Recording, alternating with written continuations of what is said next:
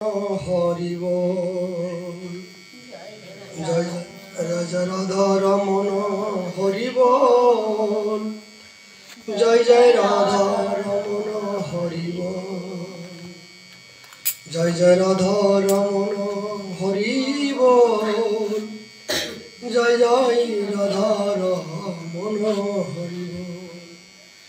জয় জয় রাধা রমন, জয় জয় রাধা রমন, জয় জয় রাধা রমন হরি বল। জয় জয় রাধা রমন হরি বল। জয় জয় রাধা রমন হরি বল। জয় জয় রাধা রমন হরি বল। জয় জয় রাধা রমন হরি বল। কলিযুগ পাবন অবতার শ্রীমন চৈতন্য মহাপ্রভুর অপার করুণায় শ্রী বৃন্দাবন শ্রাসী প্রবেশ মুকুটমণি রাধাকুণ্ড তটস্থ শ্রী শ্রী রাধা মদন মোহনজি চরম প্রান্তে নিতাই গৌর শীতনাথের প্রসন্নতার জন্য মদীয় গুরু মহারাজের আদেশ ক্রমে ইহার নিত্য নৈমিত্তিক হরিকথার আয়োজন আজ আমাদের আস্বাদের বিষয়। মহাপ্রভুর প্রিয় পার্শ্বদবর্জ শ্রীকৃষ্ণদাস কবিরাজ বিরচিত চৈতন্য চৈতামৃত মহাগ্রন্থ।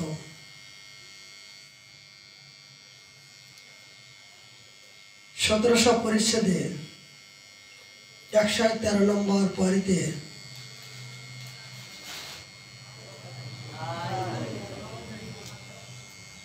কৃষ্ণদাস কবিরাজ গোস্বামী পাদ আমাদের জন্য কি কৃপা করলেন।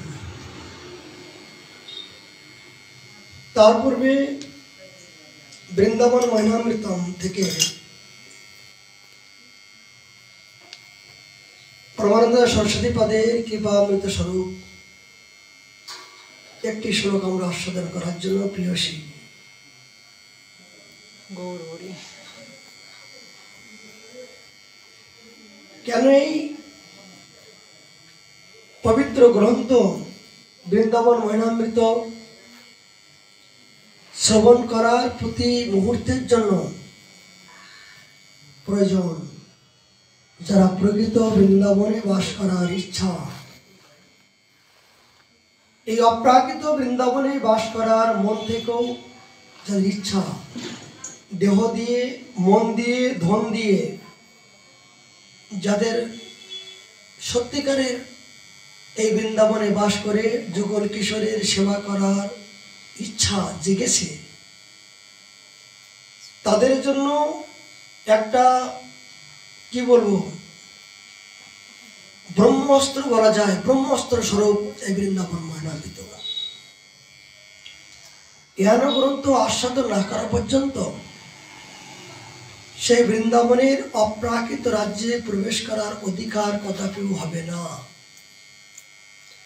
নিগুড় সিদ্ধান্ত, সমস্ত গ্রন্থের সিদ্ধান্ত রসময় তত্ত্ব, নিগুড় তত্ত্ব তিনি যেভাবে নির্যাস করে আমাদেরকে কৃপা করলেন, এ আমাদের অভাবনীয়।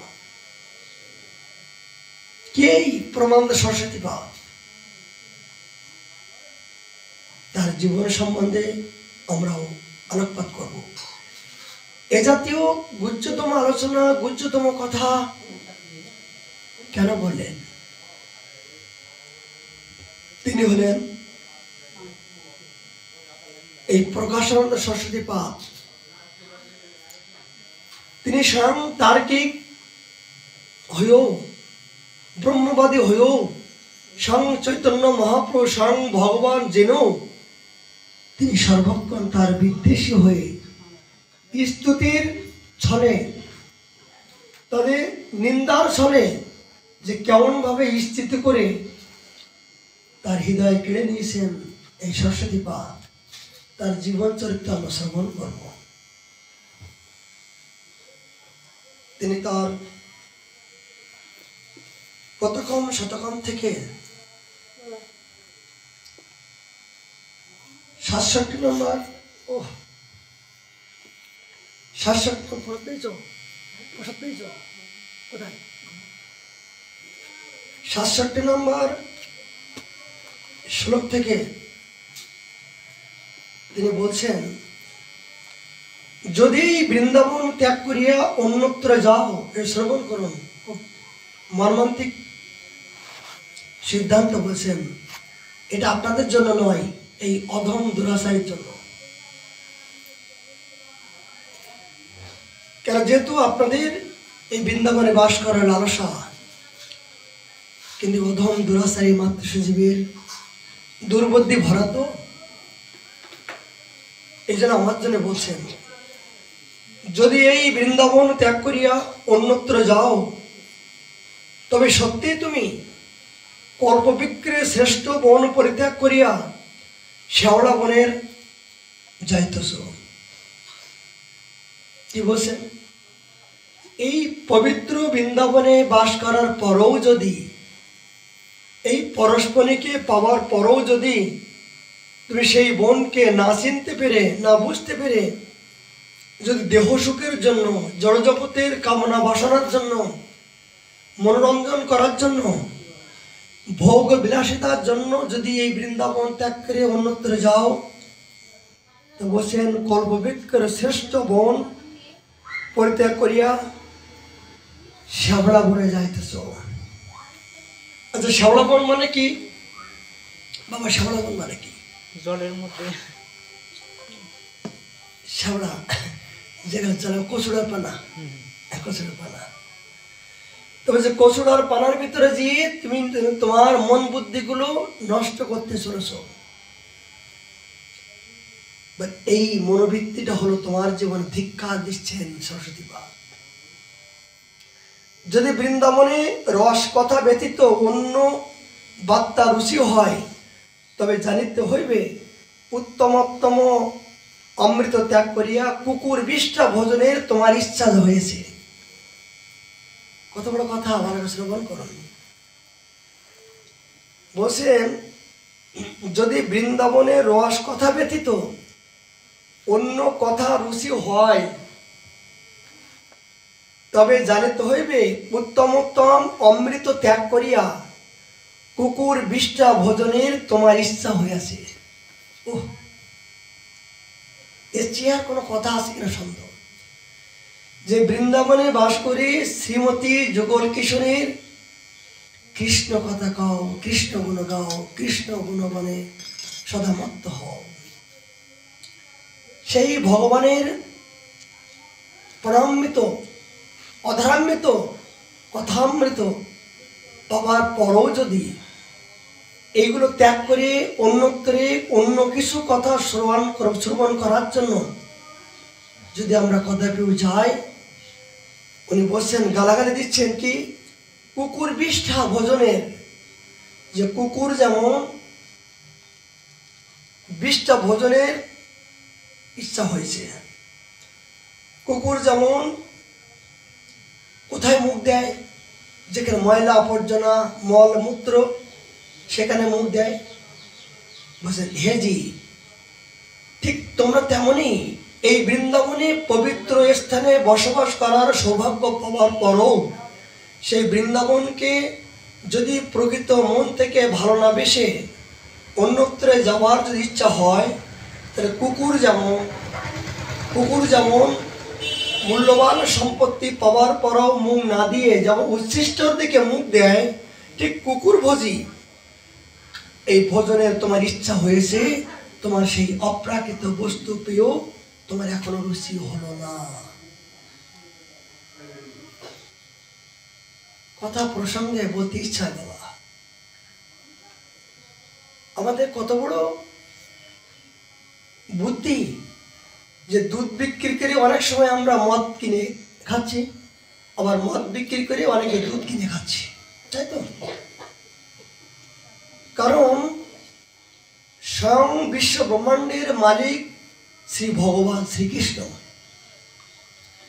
যে ভগবান শ্রীকৃষ্ণ স্বয়ং গিরিরাজ রূপে আজ 21 কিলোমিটার ব্যাপী এই বৃন্দাবনস্থ অবস্থান করছেন, স্বয়ং কৃষ্ণস্থ স্বয়ং ভগবান, যা আর ত্রিভুবনে এ জাতীয় স্বয়ং ভগবান আর কোথাও নাই।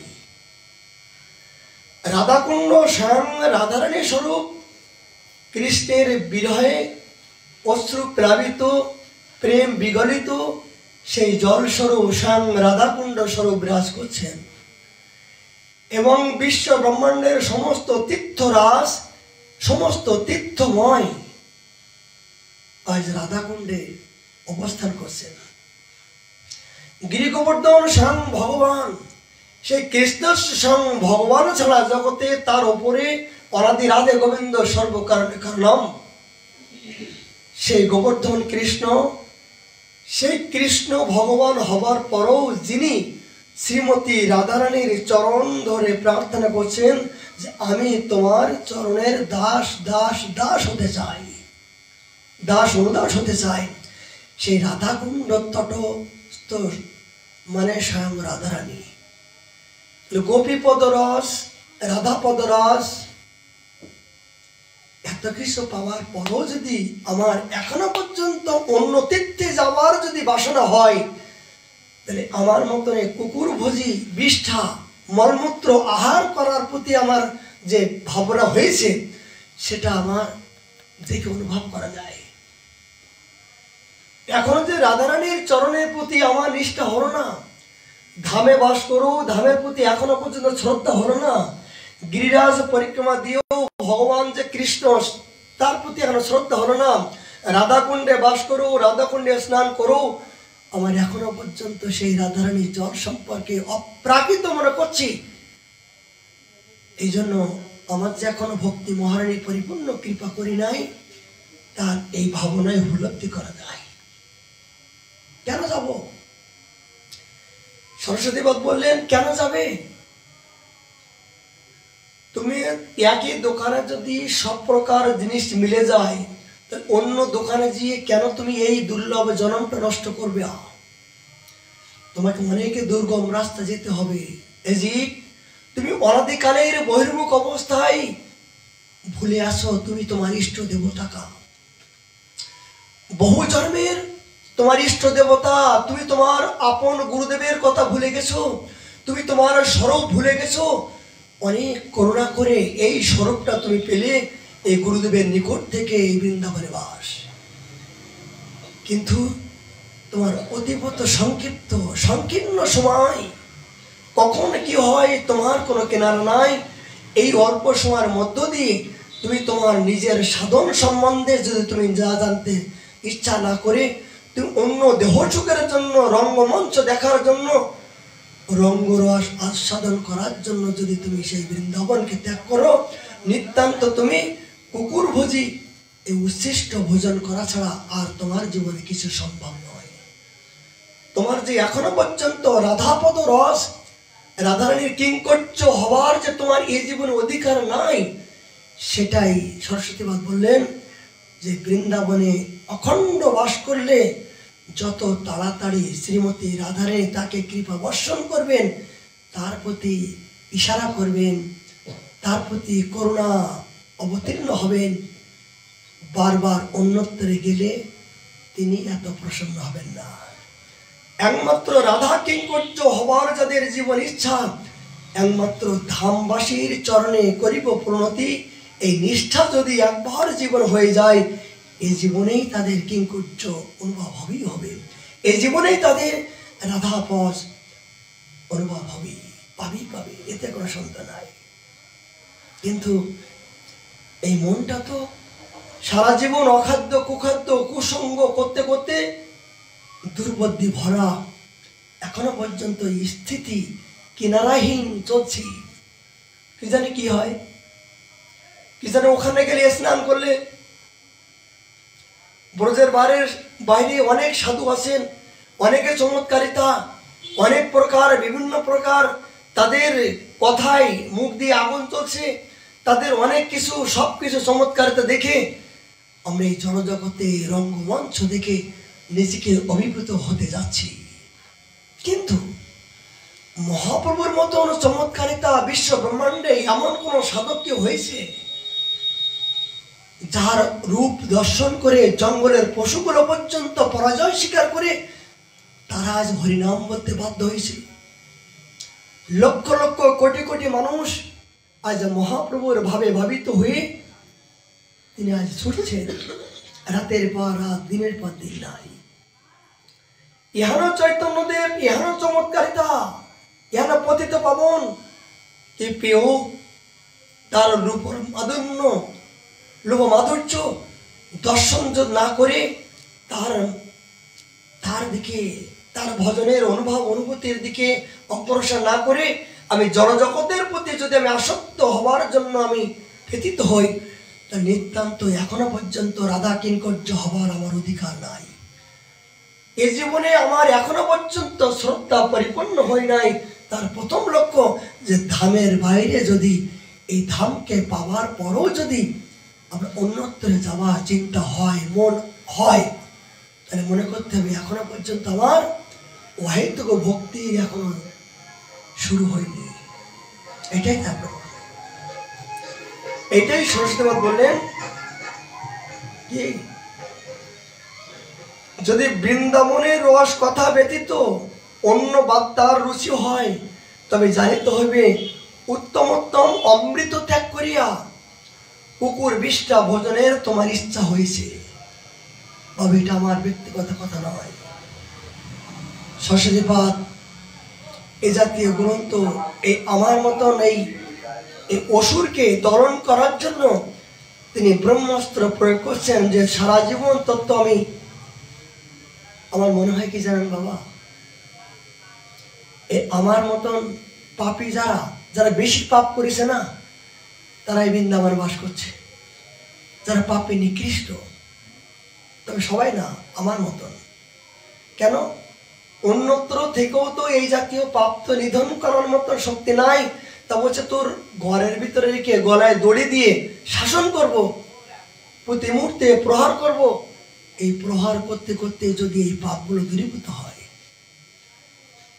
এই জন্য এখন মনে হচ্ছে যে আমার মতন পাপী যারা, নিকৃষ্ট নিঘৃণ্য যারা, তারাই কুণ্ডের তটে বাস করছেন। তার ভিতরে আমি একজন নিকৃষ্ট।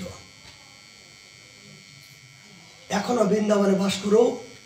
শগুনগুলো বলছি একই শগুন, একই পশু, কিন্তু তাদের উদ্যোগতি অনেক উঁচুই। কিন্তু মন বুদ্ধি কোথায়? মন বুদ্ধি কোথায়? নিম্নগামী। শগুনগুলো অনেক উঁচে ওঠে না, যতগুলো পাখি অনেক উঁচে ওঠে, কিন্তু তাদের লক্ষ্য থাকে কোথায়? পচা গরু, মরা গরু, গো ভাগানোর প্রতি লক্ষ্য থাকে। ঠিক আমাকে সেরকম মনে হয়। হয়তো বৃন্দাবনে বাস করছি, কিন্তু এখনো পর্যন্ত কুমনোবৃত্তি, কুভাবনা, কুচিন্তা এখনো যাচ্ছে না। আমার গুরু মহারাজ বারবার বলেন, তোমরা যে আমাকে প্রণাম করো, আমাকে শ্রদ্ধা করো, তুমি জানো আমি কি? যদি আমার কথা একবার তোমাদেরকে বলি, আমাকে থু করবা, থু করবা।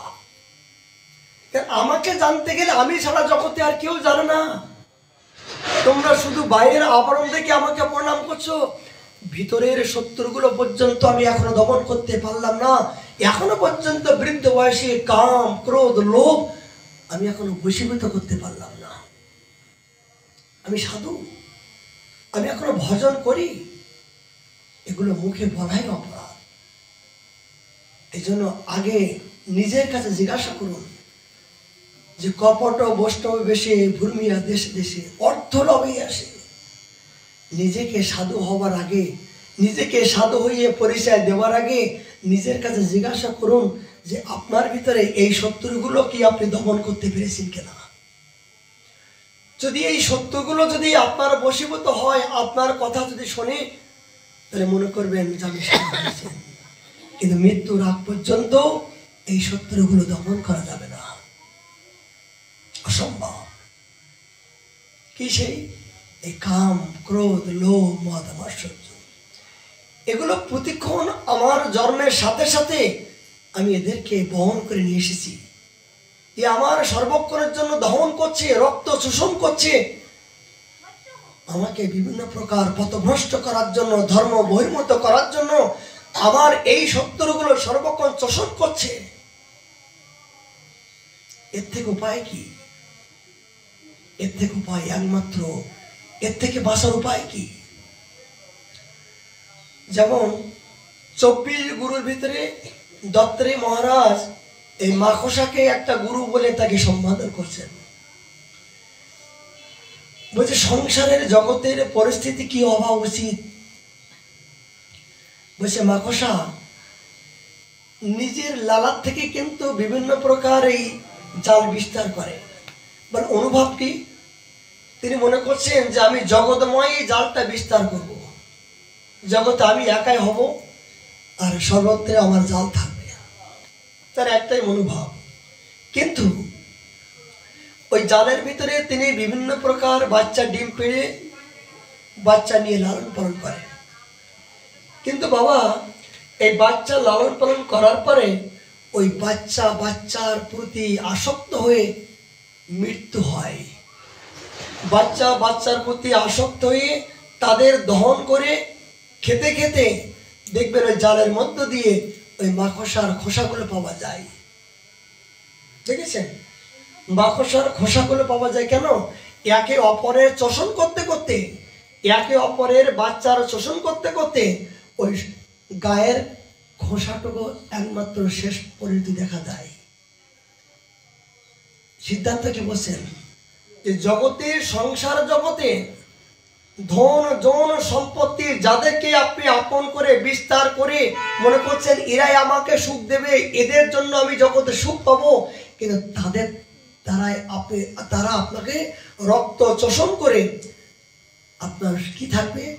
ওই সিপেটা, খোসাটা মাত্র থাকবে। কথাগুলো বুঝতে পারলেন? যে জগতে যাদের প্রতি আপনি আসক্ত হয়ে যাদের দ্বারা আপনি প্রসন্ন হবেন মনে করছেন, তারাই আপনার রক্ত সমস্ত সবকিছু শোষিত করে যখন আপনার আর কোনো থাকবে না কিছু, তখন এই খোসাটা টুকরো ফেলে দিয়ে চলে যাবে। এটা মাকড়সার থেকে বুঝলাম, যিনি নিজের লালার থেকে জাল বিস্তার করলো, শেষে সেই জালের মধ্য দিয়ে তার প্রাণকে বিসর্জন করতে বাধ্য হলো কিনা? ঠিক আমি এই সংসার চক্রে পড়ে বিভিন্ন প্রকার আত্মীয় স্বজন, বন্ধু বান্ধব, পিতা মাতা, নীতি নাতি কত আনন্দ রঙ্গমঞ্চে নাটক করে তাদেরকে প্রতি আসক্ত হয়ে জীবনকে আমি রক্ত শোষণ করে তাদের প্রতি সর্বস্ব দিয়ে আমি আজ নিঃস্ব হয়ে বৃন্দাবন এসেছি। বাবা বৃন্দাবন এসে বলছি আমি সবকিছু ত্যাগ করে এসেছি। বলে শ্রবণ করুন, বলে বৃন্দাবন এসেছি, এসে সবার সাথে বলছে আমি সবকিছু ত্যাগ করে এসেছি। ভগবান বললেন কি ত্যাগ করেছিস? কিছু ত্যাগ করে আসিসনি, নিজেকে সর্বস্ব দিয়ে এসেছিস, নিজেকে সর্বস্ব বিসর্জন করে এসেছিস। এখন তোর কাছে আছে কি? কতগুলো দার্শনিক কথা। বলে তুই কিছু ত্যাগ করিসনি, নিজেকে সর্বস্ব বিসর্জন দিয়ে এই পচা দুর্গন্ধ এখন যেগুলো না নাই জগতে যখন দেওয়ার ছিল, জগতে যখন ফুলটা সুগন্ধি ছিল, ওই ফুলটা দেওয়ার যখন সময় ছিল তখন তুই ভগবানের চরণে দিসনি, তখন জগতের প্রতি সুখ বিলাসিতা বিনোদন দেহ সুখ স্ত্রী পুত্র বন্ধুর প্রতি আসক্ত হয়ে সর্বক্ষণ এই সুগন্ধিগুলো দিয়ে জগতে যখন দুর্গন্ধ বলে তোকে যখন ঘৃণা করে যখন থুৎকার মারছে, সেই দুর্গন্ধগুলো দেওয়ার জন্য এখন এসে বলছিস যে আমি সবকিছু দিয়ে এসেছিস। ঠিক ঠিক তোর কথাগুলো হৃদয়ে ঢোকান। জগতে কি দিয়েছেন? কিছুই দেননি। যেটা যখন দেওয়ার দরকার ছিল সেটাই কিন্তু দিতে পারেনি। ৫ম বছর বয়স থেকে আমার হরিভজন করার কথা ছিল, কিন্তু আমি রঙ্গরসে দেহ সুখের জন্য আমি জীবনটা বিষণালয় থেকে এই কামিনী কাঞ্চন শব্দ স্পর্শ রূপ রস গন্ধের প্রতি আসক্ত হয়ে আমি জীবনকে বিষণালয় দিতে চেয়েছি। আর জগৎ যখন আমাকে আর দেখছে না, তখন চলমন বৃন্দাবনে ভগবান বললেন এই বৃদ্ধ বয়সে এসেছিস, না পারবি আমাকে ভজন করতে, না পারবি আমাকে সেবা করতে, না পারবি আমাকে সুখ দিতে, আর এখন এসে বলছিস যে আমি সবকিছু ত্যাগ করেছিস। কিছুই ত্যাগ করিসনি, কিছুই ত্যাগ করিসনি। ত্যাগ যদি করতে হয় ওই মন থেকে ত্যাগ করতে পেরেছিস। ভগবানের চরণে নিজেকে আহতি, গুরুদেবের চরণে নিজেকে সমর্পিত এই মনটাকে করতে পেরেছিলি কোনোদিনের জন্য? সংসার থেকেও, ওই নরকের ভিতরে থেকেও আত্মসমর্পিত করতে পারিসনি। কেন করবি? যতক্ষণ তোর রস ছিল মাকসার, যতক্ষণ পর্যন্ত তার ইচ্ছা ছিল বিস্তার করার মতন, ততক্ষণ পর্যন্ত তোর ভিতর থেকে ঘর্ষণ করেছিল, তোর কর্ষণ করে তোর রক্ত মাংস সমস্ত শোষণ করে নিয়েছিল। তখন তোর এ কথা বলেছিল না যে আমাকে হরিভজন করতে হবে, আমাকে ভাগবত প্রাপ্তি হতে হবে, আমাকে মনুষ্য জন্ম সাধ্য করার জন্য আমাকে কৃষ্ণ ভজন করতে হবে। সেটা তোর মনটা ছিল না। কখন হলো? কখন হলো? এই যে গোস্বামীগণ বললেন, নিগড়িয়ে নিঃশ্বাস করে বলছে, কখন হলো? বলে জগতে যখন তোকে আর কেউ একুল ওকুল দুকুল খাওয়ালি আপনা মাথা, জগতে যখন তোকে আর কেউ ভালোবাসছে না, থুৎকার দিচ্ছে, ঘৃণা করছে, অবজ্ঞা করছে, তখন চলমন বৃন্দাবনে আর তো কেউ নয়। তখন এই পচা দুর্গন্ধ ওই ফুলটা নিয়ে এখন বলছিস ভগবান আমি তোমাকে হলাম। কিন্তু ভগবান বললেন আমি করুণাময়ী। শ্রীমতী রাধারানী বললেন জগতে কোনো ভগবান যদি তোকে গ্রহণ না করে, আমার এর নাম হলো করুণাময়ী। আমি করুণা করে তোদেরকে আপন করে নেবার জন্য আমি বৃন্দাবনে বসে আছি। যদি পচা দুর্গন্ধটুকু, যদি এইটুকু, যদি যখন যেদিন থেকে জানতে পারলি যে জগতে আমার কেউ নয়, আমি সর্বস্ব দিয়েছিলাম, কিন্তু দিয়ে আমি নিজেকে হারিয়ে ফেলছি, নিজেকে অনেক ভুল করেছি, এই নিজেকে ভুল করেছি এই কথাগুলো যেখান থেকে বুঝতে পেরেছিস, আর সেই দিন থেকে যদি একবার যদি বলিস হে রাধারানী আমি তোমায় হলাম, আমি তোমায় হলাম, আমি আর এই দেহটা কাউকে দিতে চাই না, এই মনটা জগতে আর কোথাও দিতে চাই না, আমি সব কিছু তোমাকে দিলাম, হা গুরুদেব আমি তোমাকে দিলাম। হে ভগবান, হে রাধারানী, আজ থেকে ধনমোর নিত্যানন্দ, পতিমোর গৌরচন্দ্র, প্রাণমোর যুগল কিশোর, এই জীব অনাদিকালের সমস্ত অপরাধগুলো আমি তোমার চরণে অর্পণ করলাম। ভগবান বলেন আমি কত দয়ালু, আমি সঙ্গে সঙ্গে হাত দিয়ে আমি গ্রহণ করে নিয়ে কি করি, যত তাড়াতাড়ি তোর বন্ধনটা মুক্ত করে আমার চরণে সেবায় অংশগ্রহণ করাতে পারবো, তোর চেয়ে আমার চিন্তাটা বেশি থাকে। জানেন ভাগবতে স্তুতি যদি আমরা শ্রবণ না করি, তাহলে এই বিগলিত পাথররূপী মনটা কোনোদিন গলবে না। আজ উত্তরাদেবীর গর্ভে যখন আজ পরীক্ষিত মহারাজ উত্তরার গর্ভে যখন এসেছিলেন, তার অশ্বত্থামা এই পরীক্ষিতকে মারার জন্য তার গর্ভের ভিতরে চক্র দিয়ে ভিতরে গিয়ে তিনি প্রবেশ করছিলেন। কিন্তু ওই সময় উত্তরা দেবী কি প্রার্থনা করলেন, বাবা হে নাথ, হে মধুসূদন, আমি আমার সন্তানের মাধ্যম দিয়ে আমি সুখ চাই না, এই সন্তানের মাধ্যম দিয়ে আমি ভরণ পোষণ অর্থ সম্পত্তি যশ প্রতিষ্ঠা চাই না প্রভু। এই মধুসূদন, যদি এই সন্তানের মাধ্যম দিয়ে যদি তোমার সুখের কোনো কাজ থাকে, তাহলে তুমি কৃপা করে সন্তানকে তুমি রক্ষা করো। দেখেন আত্মেন্দ্র কারে বলে, কৃষ্ণেন্দ্র কারে বলেন, হে প্রভু, হে জনার্দন, হে প্রাণনাথ, হে প্রাণবল্লভ, আমার গর্ভের ভিতরে যে সন্তান আসছে, এই সন্তানের প্রতি আমার আসক্তি নয়, আসক্তি একটাই, হে না, যদি এই সন্তানের দ্বারাই যদি তোমার কোনো ভালো কর্ম করতে ইচ্ছা হয়, তাহলে মধুসূদন তুমি রক্ষা করো। এই দুহাত উঁচু করে উত্তরা দেবী ভগবানের কাছে প্রার্থনা করছিলেন। এই ভক্তাধীন ভগবান তিনি আজ সুদর্শন চক্র নিয়ে এই উত্তরা দেবীর গর্ভে গিয়ে তিনি আজ একে হত্যা করলেন, রক্ষা করছিলেন। পরীক্ষিত মহারাজকে মাতৃর গর্ভের ভিতরে রক্ষা করছিলেন স্বয়ং ভগবান। এই জন্য এই পরীক্ষিত মহারাজ মাতৃ গর্ভের ভিতরে ভগবান দর্শন হয়েছিল। এই পরীক্ষিত নামটা কেন আমরা দেখতে পাই? পরীক্ষিত নামটা কেন? এই জন্য যে মায়ের গর্ভের ভিতরে স্বয়ং ভগবানের যে রূপ দর্শন করছিলেন, এই গর্ভের থেকে জগৎ আসার পরে তিনি সর্বক্ষণ সবাইকে নিখুঁতভাবে দেখতেন। কি যে আমার প্রাণনাথ গর্ভের ভিতরে যাকে দেখছিলাম তাকে তো আর দেখতে পাচ্ছি না। হে মধুসূদন, তুমি আমার মৃত্যুর হাত থেকে রক্ষা করেছ, আমি তোমাকে তো আর দেখতে পাচ্ছি না। যাকে দেখছেন তিনি নিখুঁতভাবে দেখতেন এই রূপ, এই মাধুরী, এই বদন, এই অঙ্গ প্রত্যঙ্গ আমি তো আর তো দেখতে পাচ্ছি না। মধুসূদন, কেন দেখতে পাচ্ছি না? এই জন্য এই সমস্ত জীবকে তিনি নিখুঁতভাবে দেখতেন বলে এই জন্য তার নাম হলো পরীক্ষিত। এই উত্তরা দেবী দুহাত উঁচু করে ভগবানের কাছে প্রার্থনা করছিলেন, এই জনার্দন আমাকে রক্ষা করো, আমাকে রক্ষা করার দরকার নাই, আমি মরে যাই দুঃখ নাই, কিন্তু আমার গর্ভজাত সন্তানকে তুমি রক্ষা করো। তুমি তোমার কল্যাণের জন্য, তোমার ধর্মকে স্থাপন করার জন্য, তোমার সুখের জন্য আমার গর্ভজাত সন্তানকে তুমি রক্ষা করো। সেই ভক্তের মনোবাঞ্ছা পূরণ করার জন্য ভগবান নিজেই আসলেন পরীক্ষিত মহারাজকে রক্ষা করার জন্য। কখন ভগবান যান ভক্তের কাছে?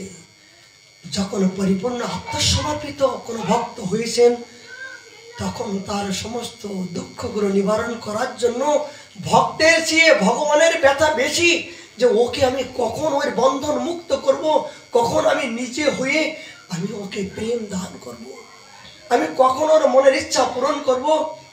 ভগবানের বেশি ব্যথা, কিন্তু আমরা বুঝতে পারি না। ভগবানের সেই ব্যথাগুলো আমরা বুঝতে পারি না। কেন পারি না?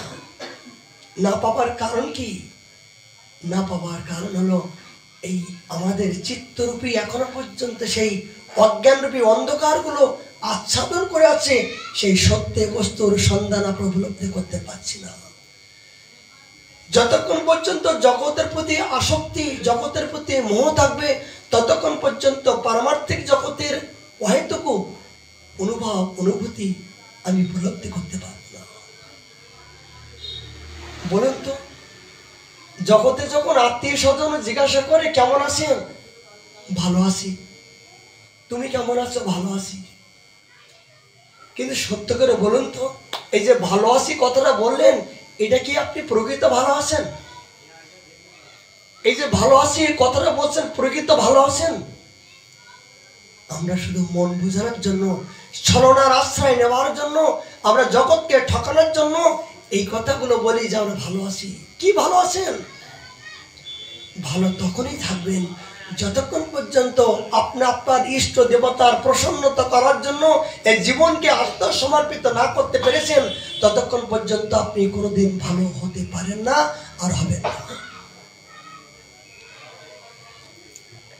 এই জড়জগতের কথা বলি, কিন্তু একবারও কি ভগবানের মন্দিরে গিয়ে কোনোদিন বলেছেন যে প্রভু তুমি কি ভালো আছো? জগতের সুখের জন্য আমরা কত কিছু জিজ্ঞাসা করি, ভালো মন্দ, কিন্তু যে ভগবান আমার করুণা করার জন্য তিনি আজ বিগ্রহ রূপে আমাকে সমস্ত বুদ্ধি দাতা, বুদ্ধি কৃপা করে আমাকে সবকিছু না চাইতেই অর্পণ করছেন, সেই ভগবান যে মন্দিরে বিগ্রহ রূপে আমাকে দেখছেন, আমাকে কৃপা করছেন, একবার কি মন্দিরে গিয়ে যখন ভোগ নিবেদন করেছেন, কি বলে নিবেদন করছেন? একবার কি জিজ্ঞাসা করছেন, প্রভু তুমি প্রসাদ পেয়েছো তো? এই প্রসাদটা কেমন হলো? এই রসাটা কেমন হলো বলো তো? এই অন্নটা কেমন হলো বলো তো? বলে মনে মনে বলো। বললে কি উত্তর দেবে? অবশ্যই উত্তর দেবে। ভবগিরি জনার্দন স্বয়ং ভগবান তোমার অন্তর থেকে অনুভবের মধ্য দিয়ে তোমার ভাবটা যদি ভগবান এবং ভক্তের সাথে একাকার হয়ে যায়, তোমার ওই মনের ভাবনায় ভগবান স্ফীত হাসি মুখ দিয়ে তার বদন, তার মুখ, তার অঙ্গ প্রত্যঙ্গ তার ভাবনায় ভাবিত হয়ে তোমাকে প্রকাশ করবে যে হ্যাঁ আমি প্রসাদ পেয়েছি এবং তোর দেওয়া বস্ত্র আমি গ্রহণ করেছি। এই ভাব দেখে ভক্ত অনুভব করতে পারবে। কখন? যদি দেওয়ার মতন দেওয়ার ভাবটা যদি আপনার হয় ঐকান্তিক, যদি শ্রী ভগবানের দেওয়ার মতন ভাবটা যদি ঐকান্তিক হয়, তাহলে ভগবান হৃদয় থেকে আপনার বলে দেবে যে আজকে তোর এই প্রসাদ ব্যঞ্জনটা আমি খুব ভালো লেগেছে, পেয়েছি। বলে সাক্ষাৎ এসে না বললেও তার হৃদয়ের মাঝে যে আমি সর্বক্ষণ বসে বসে আমি তোমার সমস্ত বুদ্ধি দান করছি, এটাকে তুই অস্বীকার করতে পারিস? আমি যে তোর ভাবটা গ্রহণ করছি না, আমি যে তুই কখন কোথায় কি অবস্থায় বিচরণ করছিস আমি কি জানতে পারছি না? আর আমি যদি জানতে না পারতাম তাহলে তুই কেমন করে চলাফেরা করতিস জগতে, কেমন করে তুই বিচরণ করছিস? কে তোকে বুদ্ধি দিত? কে তোকে বুদ্ধি দিচ্ছেন? আমার বিনা ইশারায় জগতে যদি একটা গাছের পাতাও না পড়ে, তাহলে আমি যে সর্বক্ষণ তোর ভিতরে থেকে সবকিছু আমি কৃপা করছি, এটাকে তুই বুঝতে পারছিস না? আমি যে তোর হাতের বস্তু গ্রহণ করছি না, এটা তুই কেমন করে বুঝলি? দিয়ে তো দেখ, দেবার মতন দিলে তবেই তো আমি গ্রহণ করব। আমি তো গ্রহণ করার জন্য বসে আছি, তোর ভাবটা দেবার জন্য তো আমি বসে আছি। প্রসঙ্গ চলে আসছে বাবা। এই জন্য আমরা এখনো সেই দেবার মতন দিতে শিখিনি। এখনো আমরা জগৎ থেকে নেবার মতো নিতে শিখেছি, কিন্তু কোনটা দিলে যে কি পাওয়া যায় সেই বুদ্ধি এখনো পর্যন্ত সদ্বুদ্ধি আসেনি। যার জন্য আমরা দুঃখে জর্জরিত হয়ে সে অপ্রাকৃত প্রেম রাজ্যে আমরা প্রবেশ করতে পারছি না। আমরা প্রকৃত ভজনের পরম আনন্দ পাচ্ছি না। কেন? এই প্রকৃত গুরুচরণ আশ্রয় করেছি, মন্ত্র স্মরণ করছি, ভজন করছি, কিন্তু প্রকৃত মনের আনন্দ পাচ্ছি না। কেন? সেই সত্যের সন্ধান এখনো পর্যন্ত হয় নাই। প্রকৃত প্রদীপ এখনো জ্বলতে পারেনি। এখনো পর্যন্ত ঘরের ভিতরে অন্ধকার যদি থাকে, সেই অন্ধকারের মধ্য দিয়ে অনেকে সোনা দানা রূপা হীরা আছে, কিন্তু বাতি যতক্ষণ না জ্বলবে ততক্ষণ পর্যন্ত ঘরের ভিতরে আমি অনুভব করতে পারবো না। মহাজন বলছেন প্রতিটা জীবের ভিতরে সংস্কার এবং জাতরতি প্রতিটা জীবের ভিতরে আসেন অন্ধকার রূপে। প্রতিটা জীবের ভিতরে আসেন অন্ধকার রূপে, অজ্ঞান রূপে।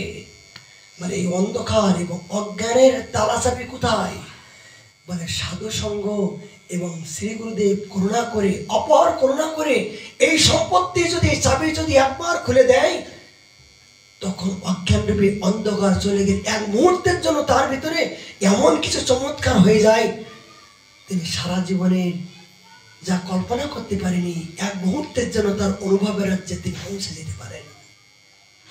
কৃপা শব্দ বস্তু, এগুলো সাধন শব্দ বস্তু। নিজের ইচ্ছা হবে না, নিজের ইচ্ছা হবে না। এই জন্য সরস্বতী দেব বললেন, ইহানো পবিত্র বৃন্দাবনে সবকিছু থাকার পরেও তোমরা যদি এখনো পর্যন্ত এই বৃন্দাবনকে ত্যাগ করার চেষ্টা করো, অন্যত্তরে যদি যাওয়ার চেষ্টা করো, তাহলে কুকুর বিষ্ঠা মলমূত্র প্রতি তোমার যে এখনো মনটা লোয়া লালসা আছে, এইটাই তার প্রমাণ। এখন তোর অহেতুক ভক্তি রাজ্যে প্রবেশ করার অধিকার হয় নাই। মহাপ্রভু আজ প্রবন্ধ সরস্বতী পাঠকে কৃপা করার জন্য কি বললেন? চৈতন্যের নাম তার ভাবুকন লয়া, দেশে দেশে গ্রামে গ্রামে বলে নাচাইয়া। এই লীলাচল থেকে একজন তত্ত্বিক ব্রাহ্মণ বাবা, এই সদাচারী ব্রাহ্মণ সরস্বতী বাপ নিকটে এই মহাপ্রভুর গুণের কথাগুলো যখন বলছেন, যে আজ যতগুলো অবতারের যে লক্ষণ দেখতে পাই, সেই লক্ষণগুলো এই চৈতন্য দেবের ভিতরে আমি দেখতে পাই। ভাগবতে যেগুলো উল্লেখ করা আছেন যে স্বয়ং ভগবানের যে লক্ষণগুলো, তার আদর্শ, সেগুলো এই চৈতন্যদেবের কাছে দেখতে পাই। মনে হয় আমার স্বয়ং ভগবান অবতীর্ণ হয়েছেন এই ধরাধামে। তখন তিনি বললেন, চৈতন্যর নাম তার ভাবগুণ লয়া, দেশে দেশে গ্রামে বলেন আসিয়া। এ ব্রাহ্মণ, তুমি দেখতে ভুল করেছো। আমি শুনেছি যে চৈতন্যের ভক্তগণ সবই ভাবুকতা। তিনি বিভিন্ন প্রকার চমৎকারিতা দেখাইয়ে মানুষকে মোহিত মায়াজালে ফেলিয়ে মানুষকে বিভ্রান্তি করছে। এ আমার প্রকৃত সন্ন্যাসীর লক্ষণ নয়। প্রকৃত সন্ন্যাসীর লক্ষণ কি? বেদান্ত পঠন দান সন্ন্যাসীর কর্ম। ইয়া ছাড়ি করো কেন ভাবুকের কর্ম? বলে সন্ন্যাসীর কর্ম তো বেদান্ত পাঠ অধ্যয়ন, সর্বক্ষণ শাস্ত্র চর্চা, এ জাতীয় নির্দেশ করবে। কিন্তু এই যে সন্ন্যাসীর ভাব আমি শুনেছি যে চৈতন্যদেব তার পিছনে হাজার হাজার ভক্তবৃন্দ বিচরণ করছেন, তার দেখে সবাই যেন পাগল হয়ে যাচ্ছেন, পাগল হয়ে যাচ্ছেন। মানে এগুলো আমাদের সন্ন্যাসী লক্ষণ নয়। কি করছেন? তাকে নিন্দার সাথে স্থিতি করছেন। বাবা, কথাগুলো গুরুত্বপূর্ণ বিষয়। তিনি ভগবানকে কেমন ভাবে ভালোবাসতে হয় এখানে দেখাচ্ছেন। তিনি নিন্দার সাথে স্থিতি করছেন যে চৈতন্যদেব, আমি শুনেছি ভাবুকের রাজা, তার পিছনে লক্ষ লক্ষ ভক্ত বিচরণ করছেন, কিন্তু এই সন্ন্যাসীর লক্ষণ নয়। বললেন, যেই তারে দেখে সেই ঈশ্বর করে কহে, ওই সে মোহন বিদ্যা যে দেখে সে মোহে। এ মোহন বিদ্যা জানে, এই সন্ন্যাসী কোনো মোহন বিদ্যা জানে? তা না হলে লক্ষ লক্ষ মানুষ তার পিছনে বিনা কিছু দিও। একজন রাজা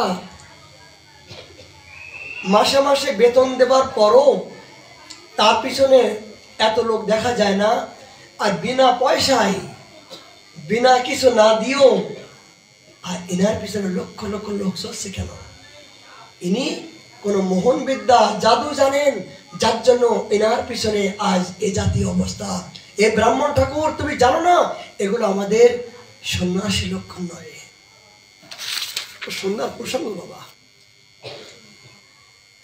তিনি বলেন, জগতের মূল কারণ কৃষ্ণ জানিলে কিছুই আর অজ্ঞাত থাকে না। কিন্তু কৃষ্ণ ভক্তি শ্রেষ্ঠ বিদ্যা, কৃষ্ণ ভক্তি বিনা বিদ্যা নাই আর। এই কৃষ্ণ ভক্তির বিদ্যা সম্পত্তি কৃষ্ণ ভাবনাপন্ন মহাপুরুষ এতই বেশি, তিনি ভক্তির বন্যা প্রবাহিত করিয়া সমস্ত মায়ামুগ্ধ জগতের মাময় ভাসাইয়া দিয়া সকলকে কৃষ্ণ ভক্তিতে মুগ্ধ করিয়া রাখিতে পারেন। এই জন্য বলা হয়েছে তার মোহন বিদ্যা। বলে মোহন বিদ্যা কেন? তিনি জগৎকে এক মুহূর্তের জন্য মোহিত করার মতন তার সামর্থ্যবান। দৃষ্টান্ত বাবা, এর চেয়ে জগতে বাস্তব দৃষ্টান্ত নাই। আমার গুরু মহারাজের দৃষ্টান্ত প্রসঙ্গে চলে আসছে, এই জন্য বাস্তবকে দেখুন। স্বয়ং চৈতন্য মহাপ্রভুর ভিতরে যে মোহন বিদ্যা, এটা কোনো অসাধারণ কথা নয়, এ স্বয়ং ভগবান। কিন্তু ভগবানের চেয়েও ভক্তের ভিতরে যে মোহন বিদ্যা, যে চমৎকারী বাস্তবিতা, যেগুলো এই পাপিষ্ঠ চোখে দেখেছি, দেখতে পাচ্ছি, এগুলো তো অস্বীকার করা যায় না। ভজন করলে, অখণ্ড ধামে বাস করলে তার যে একটা চমৎকারিতা, আকর্ষণ বিকর্ষণ আছে, তার প্রমাণ আমার গুরু মহারাজের পাশে এত দূর দূর থেকে আসছে মানুষ, মোবাইলের মাধ্যমে দেখে বাবা। তিনি তো অন্যত্র প্রচারে যান না, জগতের জন্য যান না, কিন্তু নামের আভাসে জগৎ জুড়ে সবকিছু জানতে পেরেছে। এবার আসার পরে ওনাকে দেখার মাত্রই, একবার দেখা মাত্রই যেন মানে চুম্বকের মতন মনটা আকর্ষণ করছে। কত বড় বড় জজ, উকিল, কত বড় বড় চাকরিজীবী বাবা, তারা পর্যন্ত তাদের কাছে যেতে গেলে লাইন দিতে হয়, আর তারা গুরু মহারাজের সামনে হাত জোড় করে এরকম পেশার মতন বসে আছে। সত্যি সত্যি কেন?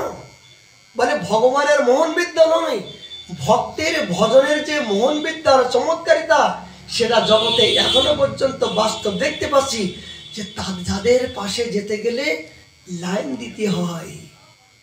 দর্শন তো কথা তো দূরের কথা, আর তারা আজ সাধারণ বেশ ধারণ করে আজ গুরু মহারাজের পাশে বাবা বাবা এটা কৃপা করো কৃপা করো, কি না জানে মোহন বিদ্যা, যে আজ জড়জগতের এত বড় ডিগ্রি এত বড় সম্পত্তি পাওয়ার পরও সমস্ত জড়জগতের সম্পত্তি তুচ্ছ করে আজ ভক্তে দর্শন করার জন্য দূর দূর থেকে ছুটে এসে তারা নিজেকে সবকিছু পরাজয় স্বীকার করছে।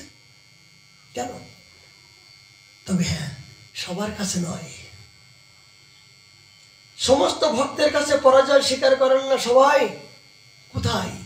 এই ভজনরূপী সম্পত্তি যারা নিঃস্ব রিক্ত কাঙাল সয়ে, যারা নিজের জীবনকে বিসর্জন দিয়ে, যারা জগতে তুমি ছাড়া আর আমার কেউ নাই এই সংকল্পিত জীবনকে যারা আশ্রয় করেছেন, তাদের মতন মোহন বিদ্যা জগতে আর কেউ পাবে না।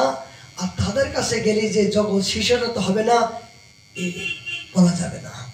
এই জন্য এই ভজন রূপে কাল ওটা নয়, এই যে ফুলের যে গন্ধ, অনেক গভীর জঙ্গলের মধ্য দিয়ে সুগন্ধি ফুলগুলো ফুটে আসে, কিন্তু মৌমাছিকে নিমন্ত্রণ করতে হয় যে আমি এখানে সুগন্ধ ফুল ফুটেছে এসো, বসে তাদেরকে নিমন্ত্রণ করতে হয় না।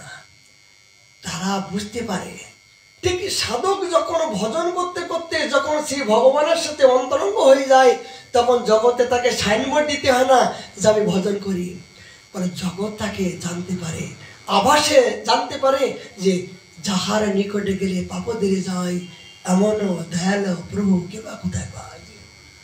জগতে যারা দুঃখী, জগতে যারা এই কারাগারের মধ্য দিয়ে ব্যথায় ব্যথিত হয়ে জর্জরিত হচ্ছে, ত্রাহি ত্রাহি করে আর জায়গা পাচ্ছে না, তারাই একমাত্র কি করছে, সম্মান করছে যে শান্তি পাবো কোথায়, কোথায় গেলে তৃপ্তি পাবো, কোথায় গেলে আনন্দ পাবো, কোথায় গেলে মনটা সুশীতল পাবো, তারাই চেষ্টা করছে।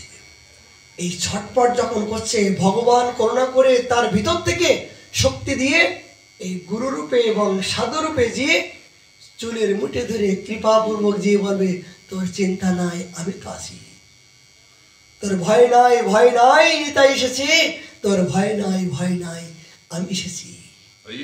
এই কলিহত জীব যখন দুঃখের দুর্দশায় জর্জরিত হয়ে যায়, ব্যথায় ব্যথিত হয়ে যায়, তখন ভগবান গুরু রূপে সাধু ভগবত রূপে যে তার চুলের মুঠে বলে তোর চিন্তা নাই আমি আছি। এই হলো মহৎ কৃপা। মহৎ কৃপা বিনা জগতে কোনো সাধ্য সাধন অসম্ভব। এই জন্য মহাপ্রভুর দর্শন করলে জগজ্জীব কল্যাণ হয়েছেন সেগুলো আমরা জানি, কিন্তু আমার গুরু মহারাজের যে ভজনের প্রভাবে এখনো পর্যন্ত চাইতে হয় না বাবা, না চাইতেও জিনিসপত্র কাপড় চোপড় অর্থ সম্পত্তি মান যশ, জগতে মানুষ যার জন্য আসক্ত হওয়ার জন্য সকাল থেকে সন্ধ্যা পর্যন্ত যে সম্মান পাওয়ার জন্য, ভালো মালা পরার জন্য কত কিছু অ্যাডভার্টাইজ করছে।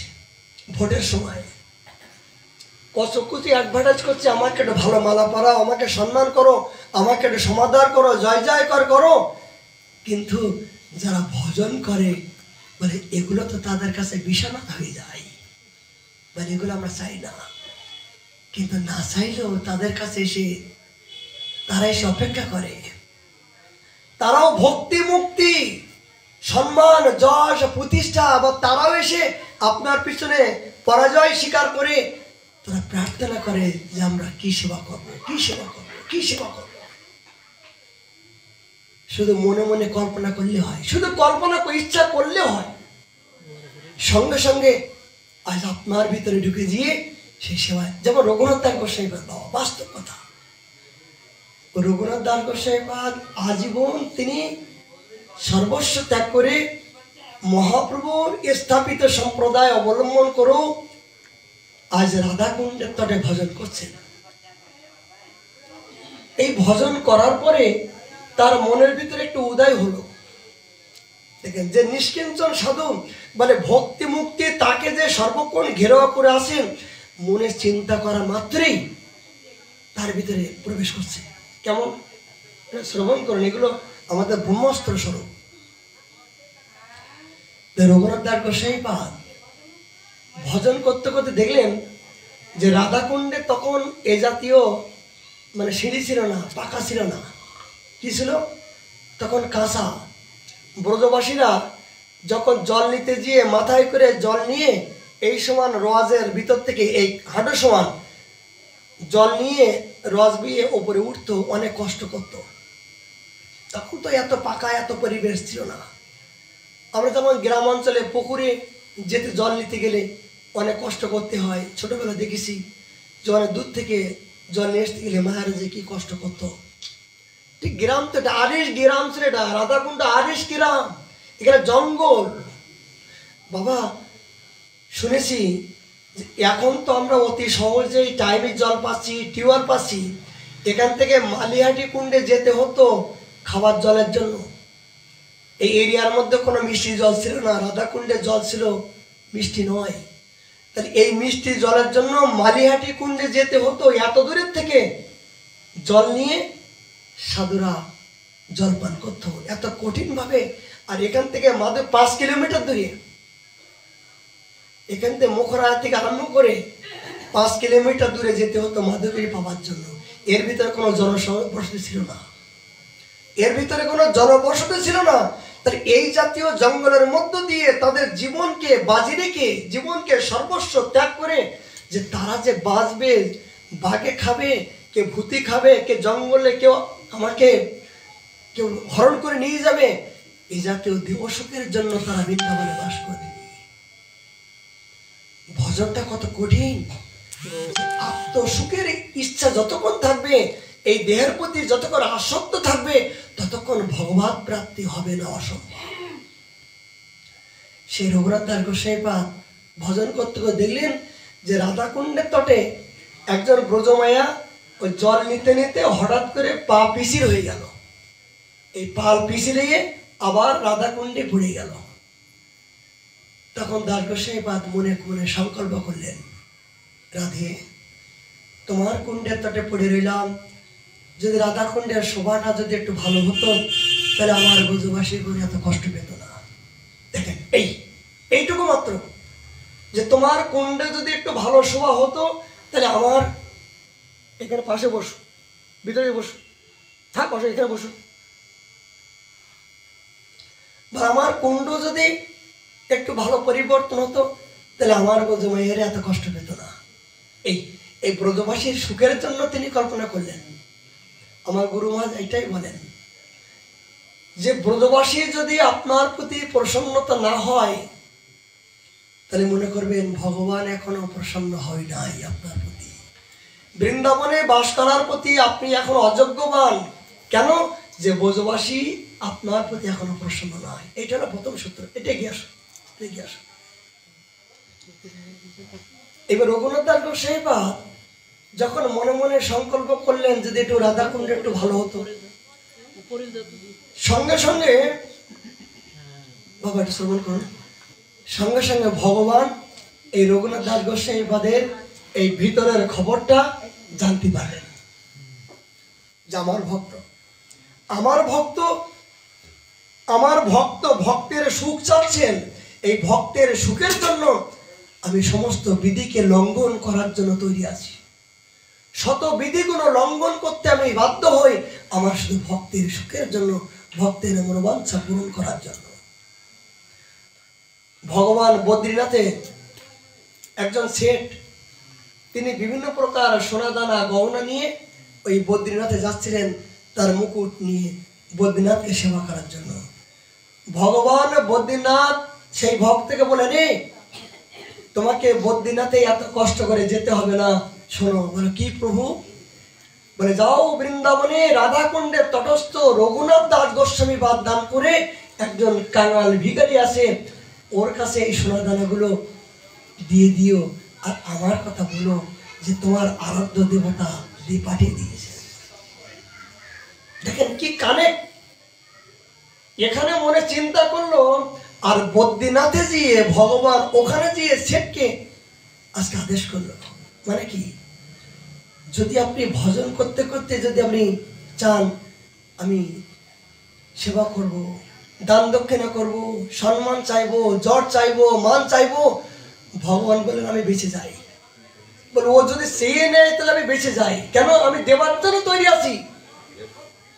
কিন্তু যদি কোনো ভক্ত যদি বলে যে আমি কিছু চাই না, ভগবান বললে আমার তখন মাথা খারাপ হয়ে যায়, আমার তখন মাথা খারাপ হয়ে যায়, বুদ্ধি খারাপ হয়ে যায়।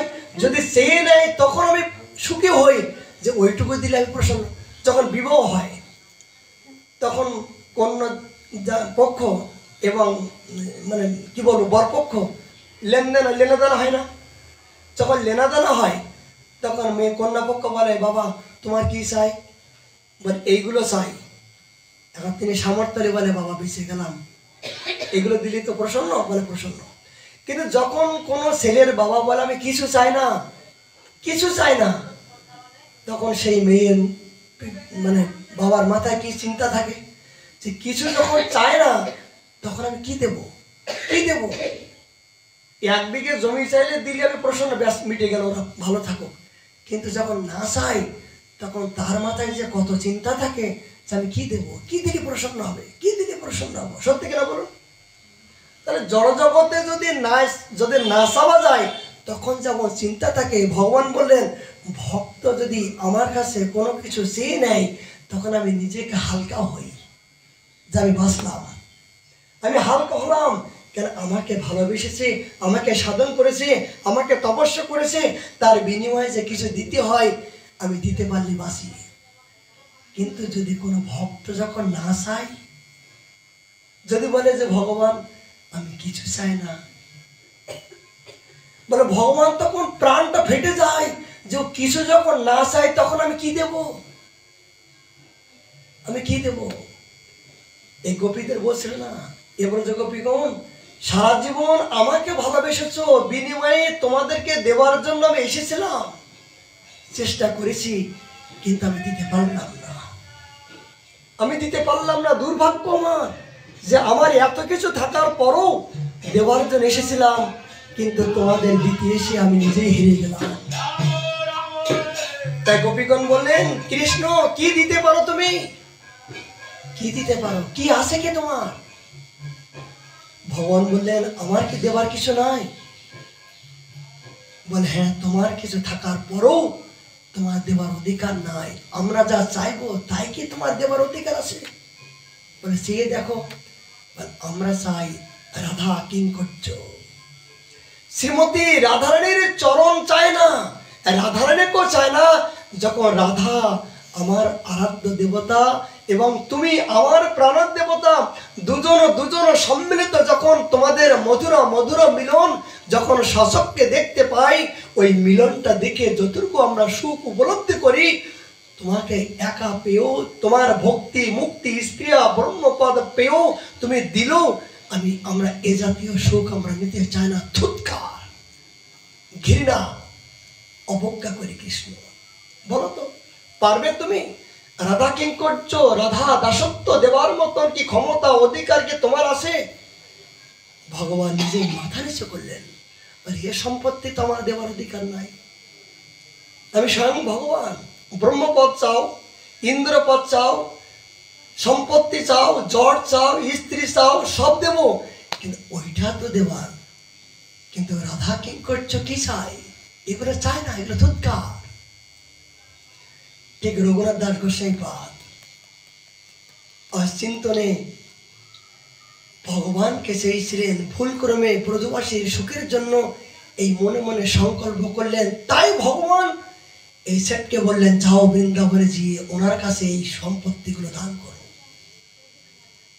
সেই শেঠ এই রাধাকুণ্ডের তেটে এসে দেখলেন জঙ্গল, এখানে কোনো কেউ লোকারণ্য নাই, কোথায় দেবেন? জিজ্ঞাসা করছেন আচ্ছা আপনারা বলতে পারেন যে রঘুনাথ দাস কে? কিন্তু ছেঁড়া কাপড় পরিধান করে তিনি আজ হরিনামে মাতোয়ারা হয়ে অখণ্ডভাবে তিনি ওই চিন্তন রাজ্যে তিনি অবস্থান করছেন। দেহাবেশ নয়, এই জড়জগতের প্রতি তার মোহ নাই, আবেশ নাই, চাওয়া পাওয়ার লেশ নাই।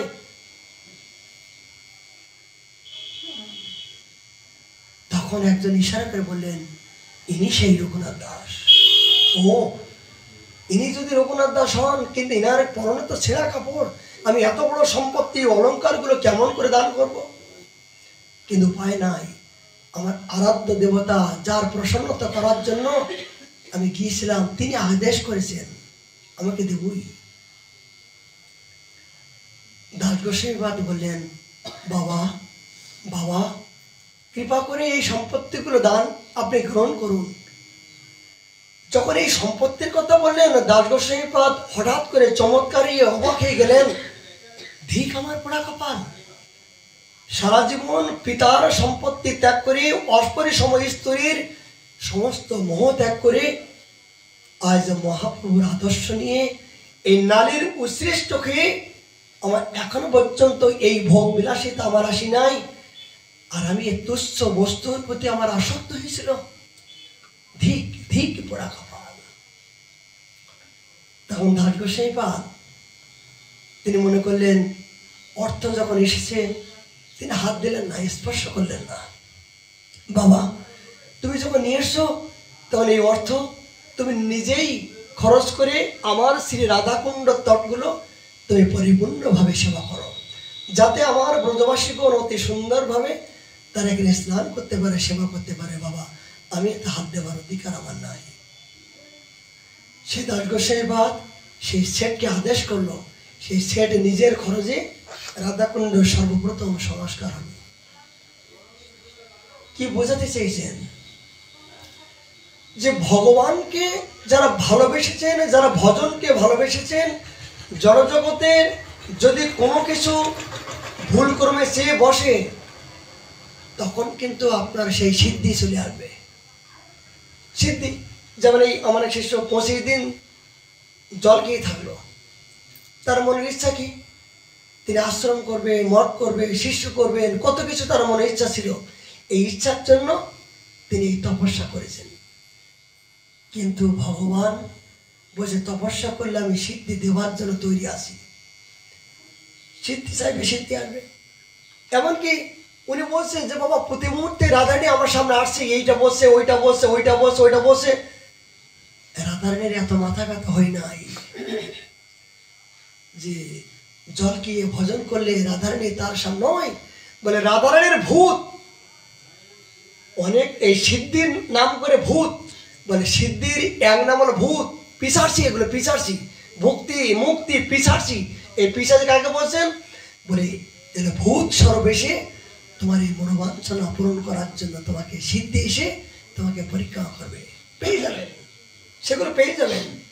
কিন্তু অহেতুক প্রীতি প্রেম, ব্রজের অপ্রাকৃত যে ব্রজপ্রেম, রাধা কিঙ্কর্য যে সেবা, সেই সেবা রাজ্যে আপনি পাবেন না। সেই সেবা রাজ্য পেতে গেলে আপনাকে মহাপ্রভুর সম্প্রদায়ের অনুগত্যে যতক্ষণ পর্যন্ত আপনি শুদ্ধ ভজনকে আশ্রয় না করবেন, সদ্গুরুদেবের চরণাশ্রয় যতক্ষণ পর্যন্ত আশ্রয় না হয়ে নিষ্কিঞ্চন ত্যাগের ভজনটা যতক্ষণ আপনি অবলম্বন না করবেন, ততক্ষণ পর্যন্ত রাধা কিঙ্কর্য হবার অধিকার নাই। যে কোনো মুহূর্তে আপনাকে পথচ্যুত হবার সম্ভাবনা আছে। এই জন্য সবাই বললেন যে মহাপ্রভু জানো, এ ব্রাহ্মণ, তিনি তাকে দেখে লক্ষ লক্ষ মানুষ বিভোর হয়ে যাচ্ছেন। তিনি একমাত্র এই প্রকৃত সন্ন্যাসীর ভিতরে নয়, তিনি ভাবুকথা। আর কি বলেন?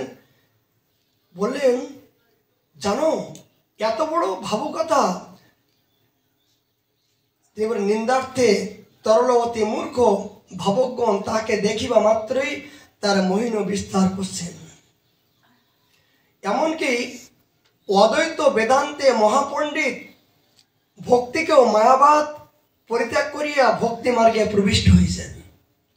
বলে তার মোহিনী শক্তি এত বড় প্রবল যে অদ্বৈত আচার্য তিনি আজকেও বেদান্ত পঠন ধ্যান করার জন্য অগ্রসর হয়েছিল, কিন্তু এই চৈতন্যদেব তার সমস্ত এই মোহিনী বিদ্যা যখন দিয়ে তার পাশে গিয়েছিল, তখন সবকিছু ভুলে গিয়ে তার ভাবে ভাবিত হয়ে আবার পাগলের ন্যায় হরিনাম করতে শুরু করলো। এগুলো আমাদের প্রকৃত সন্ন্যাসীর ধর্ম নয়। সন্ন্যাসীর নাম মাত্র, নিন্দার্থে কেবল পোশাকে মাত্র সন্ন্যাসী বলে, পোশাকে মাত্র সন্ন্যাসী, সন্ন্যাসীর কর্ম আচরণে তাহার নাই। বলছে ভণ্ড সন্ন্যাসী। তিনি বলছেন ভণ্ড সন্ন্যাসী। সন্ন্যাসী বেশ মঠে ইতি সং ভগবান শিব জীব নহেন, জীবই সংসার মুক্তির উদ্দেশ্যের সাধনের জন্য সন্ন্যাস গ্রহণ করেন। বলে সন্ন্যাস গ্রহণ কারা করে? জীবের সাধন করার জন্য, জীবের উদ্ধার করার জন্য। কিন্তু উদ্ধার তো দূরের কথা, তিনি সর্বক্ষণ ভাবে বিগলিত হয়ে সবাইকে ভাবের ঘরে নিয়ে যাচ্ছেন, তাদেরকে সদুপদেশ তিনি দিচ্ছেন না, এই নিন্দার সারি স্থিতি করছেন। স্বয়ং ভগবান বলি ইহার সংসার বন্ধন নাই, সুতরাং তাহা হইতে মুক্তি লাভের জন্য সাধনার্থে সন্ন্যাস গ্রহণের প্রয়োজন নাই। বলছে ইনার পক্ষে এই সন্ন্যাস ধর্ম ঠিক নয়, ইনি ভাবুকতা, ইনি একজন ঢঙ্গী, ইনি একজন প্রতারক, ইনি আমাদের প্রকৃত সন্ন্যাসের লক্ষণ দেখতে পায় না।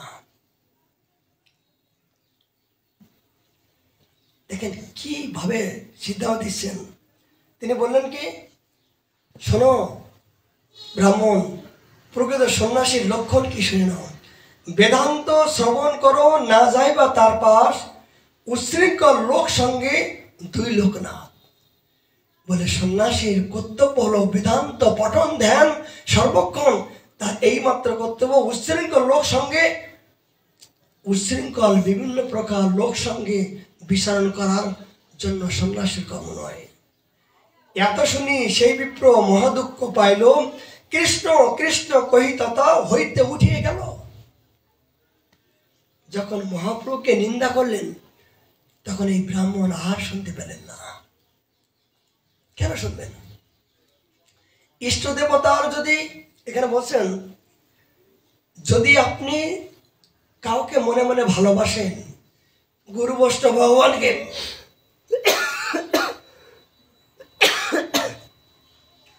সেই ভালোবাসার ব্যক্তিকে যদি কেউ নিন্দা করে, বলে সেই স্থান আপনাকে ত্যাগ করতে হবে। সেই ভালোবাসার ব্যক্তিকে যদি কেউ নিন্দা করে, তাহলে সেই স্থান আপনাকে ত্যাগ করতে হবে। ব্রাহ্মণ মনে দুঃখ পেয়ে কৃষ্ণ কৃষ্ণ বলে উঠিয়ে গেলেন। আচ্ছা, কেন উঠিয়ে গেলেন? এখানে একটা খুব রহস্যপূর্ণ গোপন তত্ত্ব।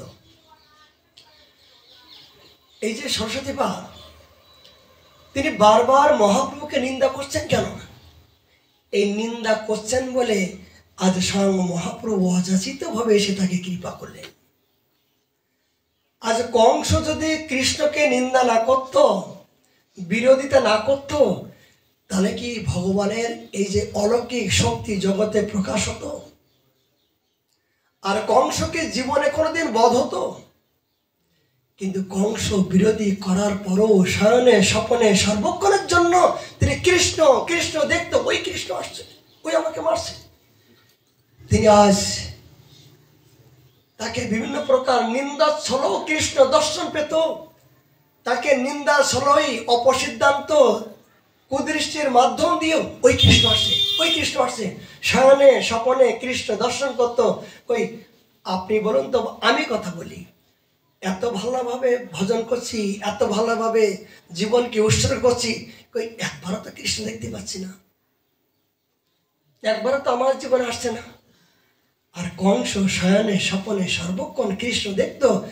কে? এরা তো ভগবানের নিজে পার্শ্বদ জগৎকে শিক্ষা দিচ্ছেন। তিনি আজ এই বিদ্বেষী করছেন বলে আজ স্বয়ং ব্রজনন্দনের তার সমস্ত এই মাধুর্যময় যে রস, বৃন্দাবনে যে মাধুর্যময় যে রস, এগুলো কোথা থেকে পেতাম? তার যে অনন্ত শক্তি, তার যে অনন্ত শক্তির প্রকাশ কেমন করে পেতাম? কংস যদি কৃপা করে বিভিন্ন প্রকার অসুরকে যদি না পাঠাতেন, তাহলে তার একটা হাতির গায়ে বলে হাজার শত সহস্র হাতির গায়ে বল, কিন্তু এই হাতিগুলো পর্যন্ত একমাত্র 7 বছরের বালক ধরে তছনছ করে ফাল করে দিলেন। এই শক্তির সুপ্রিম পাওয়ার কি জানতে পারতাম? যদি কংস যদি এ জাতীয় অনুচরকে না পাঠাতেন, তাহলে কি ভগবানের মহিমা কি জানতে পারতাম? কেন মনে করবেন যারা নিন্দা করছে, এই নিন্দা করতে করতে যদি কোনো ভাগ্যক্রমে কোনো মহতের কৃপা, মহতের সম্মুখে যদি একবার দৃষ্টি তাদের সঙ্গ হয়ে যায়, এই সঙ্গে তার বন্ধন মুক্ত হওয়ার একমাত্র কারণ। কেন কেন কারণ ওই যে বাবা অজামিল উপাখ্যানে আর দেখতে পাই কি, অজামিল উপাখ্যানে দেখতে পাই যে ওই গ্রামের মধ্য দিয়ে 4 জন ভক্ত আসছেন, রাত্রি হয়ে গেছেন, কোথায় থাকবে রাত্রি? তো ওই গ্রামে জিজ্ঞাসা করছেন যে বাবা তোমরা বলতে পারো এই গ্রামে কোনো সাধু আছে? এই গ্রামে সাধু আছে? তখন ওই ছেলেরা গোয়াল বালকগণ নিন্দার ছলে উপহাস করে বললেন, ও এই গ্রামে আছে ওই যে অজামিল, সারা জীবন তিনি জঙ্গলে পশু শিকার করে চামড়া বিক্রি করে জীবিকা নির্বাহ করেন, তাকে সাধু বলে উপহাস করে তার বাড়িতে পাঠিয়ে দিলেন সাধুদেরকে। দেখেন কিভাবে মহৎ কৃপা হচ্ছে। এগুলো ভগবানের কৃপা কার মাধ্যম দিয়ে কখন হয়? এই সাধুকে যখন বললেন ওই অজামিল এই গ্রামের মধ্য দিয়ে বড় সাধু যাও, ওখানে গেলে তোমার সবকিছু হবে। গভীর রাত্রিবেলায় যখন 4 জন সাধু আসলেন অজামিলের বাড়িতে, তখন প্রবেশ করার পরে দেখলেন বিভিন্ন জায়গায় চামড়া, দুর্গন্ধ চামড়া ভিজানো, বিভিন্ন প্রকার শুকনো মাছ,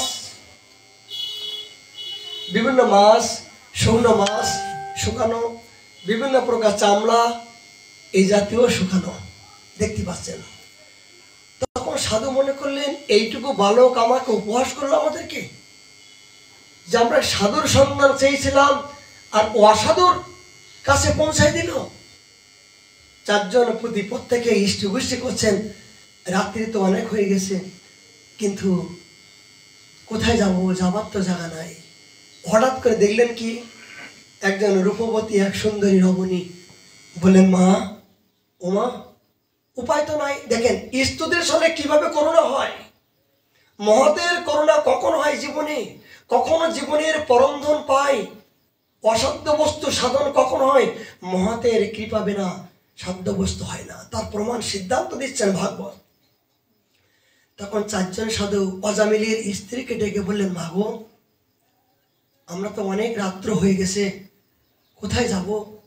তা কৃপা করে একটু আমাদের একটু বাসস্থান হবে। বললেন, বাবা আমরা তো চণ্ডাল, আমরা তো বিভিন্ন প্রকার অখাদ্য কুখাদ্য আমরা স্পর্শ করি, আপনাদের মতন মহতের কোথায় আমরা আশ্রয় দেব? এই জাতীয় তো আমরা বলতে পারবো না। তা এই আমাদের ঘরের পিছনে একটা ঘর আছে, এখানে আপনি কৃপা করে যে থাকতে পারেন। এই 4 জন সাধু চোখ বন্ধ করে রাত্রিবেলায় রাত কাটালেন এই ঘরের ভিতরে। সকালবেলা ব্রহ্ম মুহূর্তে যখন উঠলেন, তখন প্রত্যেকের আলোচনা করছেন, দেখো আমরা তো আসলাম, এই রাতটুকু তো থাকলাম আপাতত কষ্টের মধ্য দিয়ে, কিন্তু কিছু না দিতে পারলে তো মনে ভালো লাগছে না, দিতেই তো হবে। কিছু নাই বা পেলাম, জগতে সাধু হয় কি জন্য? নিজেকে পাবার জন্য। জগতে এই সাধু গুরু নিষ্কিঞ্চন কি হন? নিজেকে ভোগ লালসা বিনোদন করার জন্য, গাড়ি বাড়ি কি সম্পত্তি পাওয়ার জন্য সাধকের জীবনে নয়। বলে তারা পরিজন তব কথা মৃতম তপ্ত জীবনম। আমরা এই জীবনে কিছুই চাই না। প্রকৃত যারা সাধক তারা নিজের জন্য কোনোদিন চায় না, তারা জগতে দেবার জন্য এসেছেন, তারা পরিজন। বলে জগতে পরিজন কাদের উল্লেখ করেছেন? যে যারা আমার কথা একে অপরের সাথে কথাপতন আলোচনা করেন, আমার সুখের জন্য আমার কথা, আমার সুখের জন্য নিজের নিঃস্বার্থ হবে সবাইকে দরে দরে যারা পরিবেশন করেন, সবাইকে দরজায় দরজায় দিয়ে বিতরণ করেন, মানে জগতে এসছে, জগতে ভুরিজন আর কেউ নয়। রাজপঞ্চায়েত বলছেন ভুরিজন কে? দাতা কে? মানে দাতা কে? 1 লক্ষ টাকা দান করলে দাতা তাকে নয়, 1 লক্ষ টাকা দান করলে তার বিনিময়ে আপনার কাছ থেকে এই ভজন রূপে এই শক্তি নেবার জন্য তিনি দিচ্ছেন। কিন্তু সাধু রূপে যে দাতা তিনি বিশ্লেষণ করছেন এ কারা? মানে এরা ভুরিজন, ওই জগৎ থেকে এসছেন, জগতে নিষ্কাম ভাবে নিঃস্বার্থ ভাবে জগতে বিতরণ করার জন্য এসেছেন। মহাপ্রভুর এই অনার্পিত চরাঞ্চলে প্রেমামৃত তিনি জগতে বিতরণ করার জন্য এসেছেন। নাও নাও নাও, এনেছে ঔষধি নাসিবার লাগি, হরিনাম মহামন্ত্র লও তুমি মাগি। এই সাধুরূপে দাতার শিরোমণি তারা জগতে এসেছেন, তারা দিতে এসেছেন, নেবার জন্য নয়। যেসব সাধুরূপে জগতে নেবার জন্য লালসা করছেন বা ইচ্ছা করছেন, তারা সাধু নামে কলঙ্কিত বাবা। যেসব সাধু রূপ ধারণ করে, সাধু রূপ ধারণ করে যেসব শিষ্যের কাছে বিভিন্ন প্রকার জোরপূর্বক এইটা দিতে হবে, এইটা দিতে হবে, এইটা চাই, এইটা না দিলে তোকে অভিসম্বোধ করবো, তোকে অপমান করবো, গালাগালি দিব, এই জাতীয় মনোবৃত্তি নিয়ে যেসব আচার্যগণ, যেসব শিষ্য সামন্তর প্রতি এই জাতীয় অপব্যবহার করছে, মানে এদের তো ভুরিজন তো দূরের কথা, সাধু নামে জগতে কলঙ্কিত। এদের জায়গায়, এদের দ্বারাই জগতের সম্প্রদায় অপমানিত হবে। আজ শিষ্যত্ব গ্রহণ করেছে বলে যে আপনি যা চাইবেন তাই দিতে হবে এমন কোনো কথা নয়। গুরুদেবের চিন্তা করা উচিত যে তুমি একমাত্র শিষ্য গ্রহণ করেছো কি জন্য? তাকে দেওয়ার জন্য। শিষ্যত্ব গ্রহণ করেছো নেবার জন্য নয়। তুমি তার কাছে কি নেবে? তোমার কাছে তো তুমি ভুরিজন, তোমার কাছে সম্পত্তি ভরা, তুমি তো প্রেম সম্পত্তির মালিক। তুমি তার কাছে তুচ্ছ বস্তুর মধ্যে হাত কেন পাতবে? জগতে তুমি তো জগতে দেবার জন্য এসেছো কি? এই প্রেম দান দেবার জন্য, অহেতুক ভক্তি দান করার জন্য জগতে তোমার অবতরণ। সেটা তুমি না দিয়ে তুমি তুচ্ছ কাগজের প্রতি আসক্ত হয়ে তাদের কাছে বিভিন্ন প্রকার বিভ্রান্তি করছো। ঠিক এগুলো কলঙ্কিত সম্প্রদায়, এগুলো আমাদের আচার্যগণের সিদ্ধান্ত নয়। জগতে এগুলো কি বলবো, কুলাঙ্গার সম্প্রদায়ের কুলাঙ্গার, আউল বাউল, নেড়া নেড়ি, কর্তা দরবেশ, এই জাতীয় কুসম্প্রদায়ের মধ্য দিয়ে যারা শিষ্যের এই সম্পত্তি হরণ করার প্রতি, শিষ্যের দেহসুখ, শিষ্যের সম্পত্তির প্রতি যেসব ব্যক্তির আসক্ত এখন আছে, এরা কলঙ্কিত সম্প্রদায়ের। এটা আমাদের মহাপ্রভু স্থাপিত সম্প্রদায়ের ব্যক্তি নয়, অপসম্প্রদায়, ঘৃণ্যেরা ভুরিজন বলছেন। এই জন্য তখন সেই সাধুগণ বসেন, মা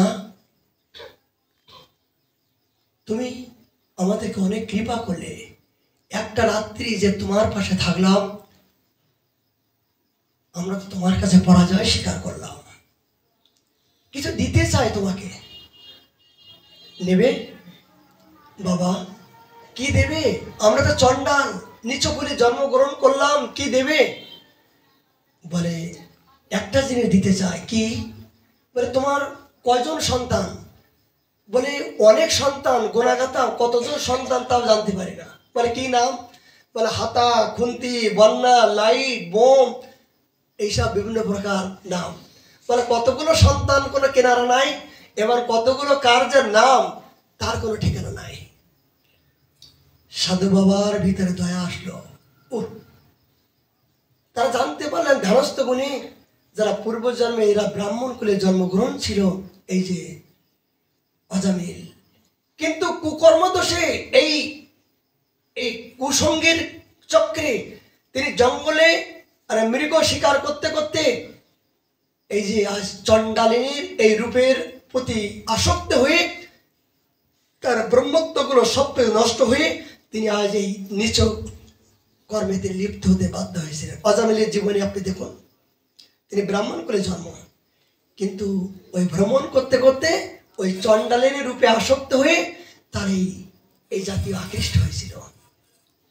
সাধকগণ জানতে পেরেছিলেন যে এই গৃহের মধ্য দিয়ে একজন মহতের আগমন আছেন। এই বাস্তবটা, এই মাটির ভিতরে একটা সত্যতা আছে। বাবা, যারা মহাপুরুষ, যারা সাধন করেন না, তারা ওরা কিছু না কিছু অনুভব করতে পারেন।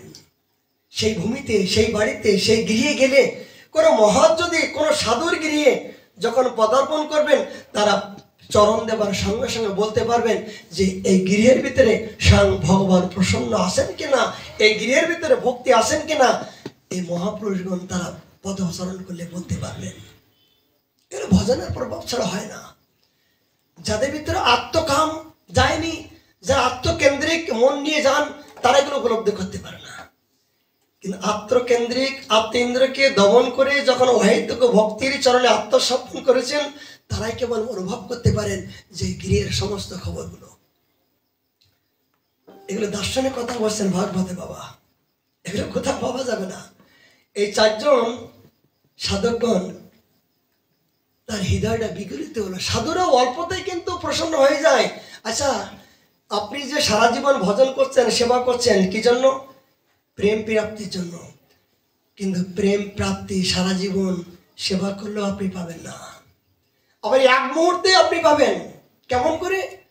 যদি সাধকের নয়নে নয়নে, সাধকের মনের অন্তরের হৃদয়ে জেনে যদি আপনি সেবা, কিঞ্চিত সেবায় আপনি যোগদান করতে পারেন, তাহলে অল্পতেই যদি আপনি প্রসন্ন হন, তাহলে জন্ম জন্মান্তরের শত বছর ধরেও আপনি সাধন করে যে সম্পত্তি আপনি পান নাই, সেই সম্পত্তি এক মুহূর্তের জন্য আপনি পেয়ে যেতে পারেন মহতের কৃপায়।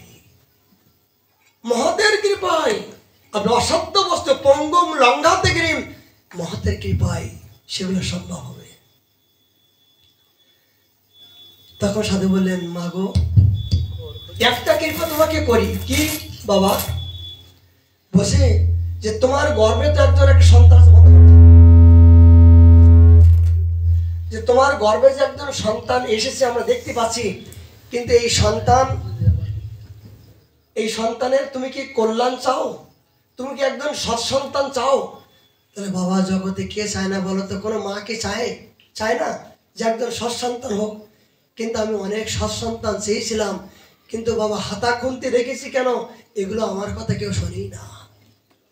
বলে কতগুলো সন্তান হয়েছে বটে, কিন্তু এগুলো আমার কথা কেউ শোনেই না। এই জন্য যা মনে করেছি তাই নাম রেখেছি। এই জন্য হাতা খুন্তি, বন্যা, ডুম, আলডুম এগুলো রেখেছি। হাসছেন কেন? বলে কেন? জগতে সন্তান জন্ম দিয়েছি বটে, কিন্তু আমার কথা কেউ শোনে না। জানি না যে কুকর্মের ফলের জন্য জন্ম দিয়েছি। কিন্তু সাধুর কৃপা হলো যে, মাগো, তুমি কি প্রকৃত সুসন্তান চাও? বলে আমি তো চেয়েছিলাম সারা জীবন, কিন্তু চেয়ে কি করবো? পাওয়ার যোগ্যতাবান তো হই নাই। এই জন্য যা মনে করেছি তাই নাম রেখেছি। তা বলছে, তোমার গর্ভজাত সন্তানের আমরা একটা নাম রাখতে চাই। বলে খুব ভালো, খুব ভালো। বলে কি নাম? বলে তুমি রাখবে তো? প্রতিজ্ঞা করো। বলে ভালো জিনিসটা বললে কে না রাখতে চায়? বলে আজ থেকে তোমার গর্ভজাত সন্তান যখন জগতে আসবে, সেখান থেকে নাম রাখা হলো নারায়ণ। এই চার নামের অক্ষরটা আমি চারজন ভেবে, চারজন সাধু ছিল বাবা, এই চারজন সাধুরের কৃপার শক্তি একত্রিত করে এই অজামিলের স্ত্রীকে শক্তি সমর্পণ করলেন, মহতের কৃপা অর্পণ করলেন, যে আজকে তোমার এই গর্ভজাত সন্তানের নাম নারায়ণ। এই নামটা আমি রাখলাম। মাগো, আমরা হয়তো তোমার গিরে আসবো না, কিন্তু জগতে যখন ভূমিষ্ঠ হবে, সঙ্গে সঙ্গে এই নাম ধরে তুমি ডেকো। সারা জীবনে যদি তুমি কোনোদিন অপকর্ম করো, জীবনে যদি ভগবানের নাম নাই করো, তাহলে তোমার সন্তানের নাম ধরে যদি কোনোদিন তুমি কর্ম করো, তাহলেই তুমি ভগবত প্রাপ্তি হবে। এইটাই আমাদের একটা আশীর্বাদ রেখে গেলাম তোমাদের পাশে। এই চারজন সাধু তাদের একত্রিত ভাবে এই কৃপা করে অজামিল স্ত্রীকে কৃপা করে এই মহৎ কৃপা হয়ে গেল। এই মহৎ কৃপার ফলে আজ অজামিল একাধিক ক্রমে তিনি ভাগবত প্রাপ্তি হলেন। এই জন্য সেই ব্রাহ্মণ কি করলেন? যে কৃষ্ণ কৃষ্ণ কই তথা হইতে উঠিয়া গেলা। কেন? তার সামনে তার ইষ্ট দেবতার নিন্দা হচ্ছে। এই জন্য মনে মনে সেই ব্রাহ্মণ ঠাকুর প্রার্থনা করছিলেন কি, এগুলো তাৎপর্য বিষয় বাবা। চৈতন্য চরিতামৃত আমাদের দার্শনিক গ্রন্থ, সিদ্ধান্ত রসের নিগুড় তত্ত্ব। এই রসগুলো যদি আমরা ঢোকে ঢোকে হয়তো বললে বলতে পারবো জলের মতন, কিন্তু একটা একটা শব্দের মধ্য দিয়ে যে কি মধুর মধুর আমার কবিরাজ গোস্বামী দিয়েছেন বাবা, এগুলো আমি জীবনে আমি কল্পনা করতে পারিনি। শুধু আপনাদের মতন মহাপুরুষের দর্শন পেয়ে আমার এটা আস্বাদন করার মতো সৌভাগ্য হচ্ছে। এর আগে 4-5 বার আমি অধ্যয়ন করেছি, কিন্তু এ জাতীয় রস আমি পাই নাই। কিন্তু আমি এখন বুঝতে পারছি যে আপনাদের মতন মহতের মদন মোহনের কৃপা, গুরু কৃপায় এগুলো আমি নিজেকে খুব আনন্দ উপলব্ধি করতে পারছি। তাই এই ব্রাহ্মণ কি করলেন? এই স্তুতির ছলে প্রার্থনা করলেন মনে মনে কি, হে চৈতন্যদেব, জগতে তুমি ভুরিজন হয়ে জগতে এসেছ, নয়নে দেখে বেজারে কৃপা করে লবে হরিনাম। তুমি প্রতিজ্ঞাবদ্ধ হয়েছ সবাইকে কৃপা করবে। কিন্তু আজ এই প্রকাশন সরস্বতী পাদ, এই প্রমান্দ সরস্বতী পাদ, তিনি আজ কৃপা করে তোমার সৃষ্টির মধ্য দিয়ে তিনি আজ এখানে অবতরণ করেছেন। প্রভু, একে তুমি দয়া যদি না করো তাহলে তোমার পতিত পাবন নামটাই ব্যর্থ হবে। এনা তুমি যে পতিত পাবন, যতক্ষণ পর্যন্ত তুমি থাকবে এই পতিত পাবন নাম যারা ব্যর্থ না হয়, কৃপা করে এই ব্রাহ্মণ ঠাকুর মনে মনে প্রার্থনা করলেন যে প্রভু, এই ব্রাহ্মণকে, এই পণ্ডিতকে তুমি সদ্বুদ্ধি দান করো। আচ্ছা, ভক্ত জীবনে অনেক সময় অনেক প্রকার বাধা বিপত্তি আসে। আপনি চলে যাচ্ছেন, হঠাৎ করে আপনাকে গালাগালি দিল পিছন থেকে, জানা না অজানা না, কোনো অপরাধ করেনি, নিন্দা করেনি, কিছু করেনি, হঠাৎ করে গালাগালি দিল। কিন্তু যারা ভক্ত তারা কি করবে? তারা কি গালাগালি দিবে? গালাগালি দিবে? তাদের কর্তব্য কি? কর্তব্য একটাই, প্রভু একে তুমি সদ্বুদ্ধি দিও, একে তুমি সদ্বুদ্ধি দিও, যারা পরবর্তী আমাকে যেমন নিন্দা করে ওর নিজের ময়লাগুলো ওর নিজের সত্য বস্তুগুলো আমাকে দান করলো, যদি আপনাকে কেউ নিন্দা করে তাহলে সে তার নিজের এই ভজন শক্তিগুলো আপনার ভিতরে ভাইব্রেশন ভিতরে প্রবেশ করলো। সাধক কি করলো? প্রার্থনা করে, প্রভু আমাকে নিন্দা করলো, দুঃখ নাই, জগতে তুমি এমন সদ্বুদ্ধি দিও জগতে যেন এ জাতীয় নিন্দা কাউকে না করে। এই হলো ভক্তের একমাত্র প্রার্থনা, যে জীবের দুঃখ দেখে হৃদয় ভিতরে জগৎ যদি অনাদিকাল ধরে এই জাতীয় যদি দুশ্চিন্তা, দুর্বৃত্তি, কুবৃত্তি, মনোভাব যদি কোনোদিন দেখে, তাদের দেখে হৃদয় বিদরে হয় তার উদ্ধার করার জন্য, তার কৃপা করার জন্য ভগবানের কাছে প্রার্থনা করে যে প্রভু একে তুমি সদ্বুদ্ধি দাও, একে তুমি তোমার চরণ থেকে বঞ্চিত করো না, তুমি জগতে প্রতিশ্রুতি নিয়ে এসো, কেউ যেন বঞ্চিত না হয়। এনাথ, এখনো পর্যন্ত এ জাতীয় ব্যক্তি কেন আসে? তোমার কৃপা কেন ইচ্ছে না? এই ভক্তের হৃদয়টা যখন বিগলিত হয় তখন ভগবানের করুণা নিচে নেমে আসে। ভগবানের অপর করুণা গোলকে থাকে, ওই গোলকের ওই করুণাগুলো ভক্তের করুণায় ভগবানের কৃপা অতি তাড়াতাড়ি নেবে, তার বন্ধন মুক্ত হয়ে তার ভক্তি রাজ্যের দরজা খুলে তাড়াতাড়ি যাওয়ার সম্ভাবনা হয় মহৎ কৃপায়, মহৎ কৃপা। এই জন্য এই বিপ্র তিনি দুঃখ পেয়ে কি বললেন? প্রভুর দর্শনে শুদ্ধ হয়েছে তার মন, প্রভু আগে দুঃখী হইয়া করেন বিবরণ। তিনি দুঃখ পেয়ে মহাপ্রভুর কাছে এই বিবরণের কথা বললেন, প্রভু আজ তুমি স্বয়ং ভগবান, তোমাকে দেখে জগতের মানুষ আকৃষ্ট হয়ে প্রেমে উদ্ধার হয়ে কৃষ্ণ বসছেন, কিন্তু এখনো পর্যন্ত তোমার দেখার পরও, তোমার নাম নেবার পরও তোমার এখনো পর্যন্ত নিন্দা করছে। প্রভু না, তুমি কৃপা করো, প্রভু তোমাকে দয়া করো। এই ভক্তের করুণা, যখন কোনো ভক্তের প্রতি দয়া হয়, করুণা করার ইচ্ছা হয়, ভগবান বলছেন আমি জানি যে ওর এখনো 10 বছর ওর এখনো বিধি আছেন, 10 বছরের ভোগের লালস আছে, কিন্তু যখন ভক্ত যখন তার প্রতি করুণা করেন, দৃষ্টি দেন, কৃপা করার জন্য মনটা ছটপট হন, ভগবান বলছেন 10 বছর নয়, মানে 10 মিনিটের মধ্য দিয়ে সেগুলো খণ্ড নিয়ে তার মুক্ত করে হয়তো ভক্তি রাজ্যে দেওয়ার সামর্থ্যবান হয়। ব্রহ্মাণ্ড তারিতে শক্তি ধরে জনে জনে, এই ভেদ ও পুরাণে গায়ে যে বাসনে। একজন ভক্তের এত বড় সুপ্রিম পাওয়ার শ্রী ভগবান দান করতে বাধ্য হয়েছেন। এই জন্য ভক্ত আমার মাতা পিতা, ভক্ত আমার গুরু, ভক্তেতে নাম রেখেছে বাঞ্ছা কল্পতরু। সেই ভক্তের কে যদি এখনো শ্রদ্ধা না হয়, সে ভক্তের প্রতি যদি আমার এখনো প্রতি স্নেহ না হয়, তাহলে ভগবানের মন্দিরে 1000 মাথা ঠুকলো, ভগবানের সামনে 1000 ফুল তুলসী দিল, আমার এখনো পর্যন্ত ভক্তি বা ভগবান আমাকে কৃপা করবে না। যতক্ষণ পর্যন্ত ভক্ত এবং গুরুদেব প্রসন্ন হলো না আপনার প্রতি, যতক্ষণ পর্যন্ত জগতের ভক্ত এবং সদ্গুরুদেব আপনার প্রতি প্রসন্ন হলো না, ততক্ষণ পর্যন্ত মন্দিরের ভিতরে 1000 মাথা ঠুকলো, ওখানে আপনার নট এলাও, ওখানে আপনার ভক্তি দেওয়ার অধিকার নাই, পাবেন না। ভগবান দুধ ছাই কে চেনে তুই কে? এই প্রভুর শুনি মহাপ্রভু ঈষাদ হাসিয়ে রইলা, তো তাৎপর্য আলোচনা। মহাপ্রভু শুনি মহাপ্রভু ঈষাদ হাসিয়ে রইলা, পুনরপি সেই বিপ্র প্রভুরে পুছিলা, প্রভু তোমাকে যে নিন্দা করছে, এই নিন্দার কথা শোনার পরও তুমি হাসছো কেন?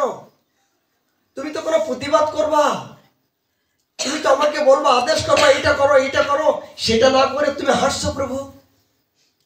মহাপ্রভু হেসে বললেন, এইটাই তো আমার স্বভাব। ব্রাহ্মণ, জগতের পিছনে এত মানুষ ঘোরে না, আমার পিছনে এত মানুষ ঘোরে কেন জানো? জগতে যে ব্যক্তি যা না করতে পারে সেটা আমার পক্ষে সম্ভব। জগতে যা কেউ না করতে পারে সেটা আমি করতে পারি। তুমি যেটা করতে পারো সেটা আমি করতে পারি না, আর আমি যেটা করতে পারি তুমি করতে পারো না। এই জন্য জগৎজীব আমার কাছে পরাজয় স্বীকার করছে, আমার নিন্দা করছে বলে আমি তাকে প্রতিকার করব, তাকে প্রতিকার নেব। তাহলে জগতের সবাই যেমন আমি তেমন, আমি ভগবান হলাম কেমন করে? আমার চরণে জগতে প্রণতি কেন জানাবে? জগতে যা কেউ না করতে পারে সেটা আমি করতে পারবো, করে দেখাতে হবে, তবেই তো আমার চরণে প্রণতি জানাবে, তবেই তো আমাকে চরণে প্রণাম করবে।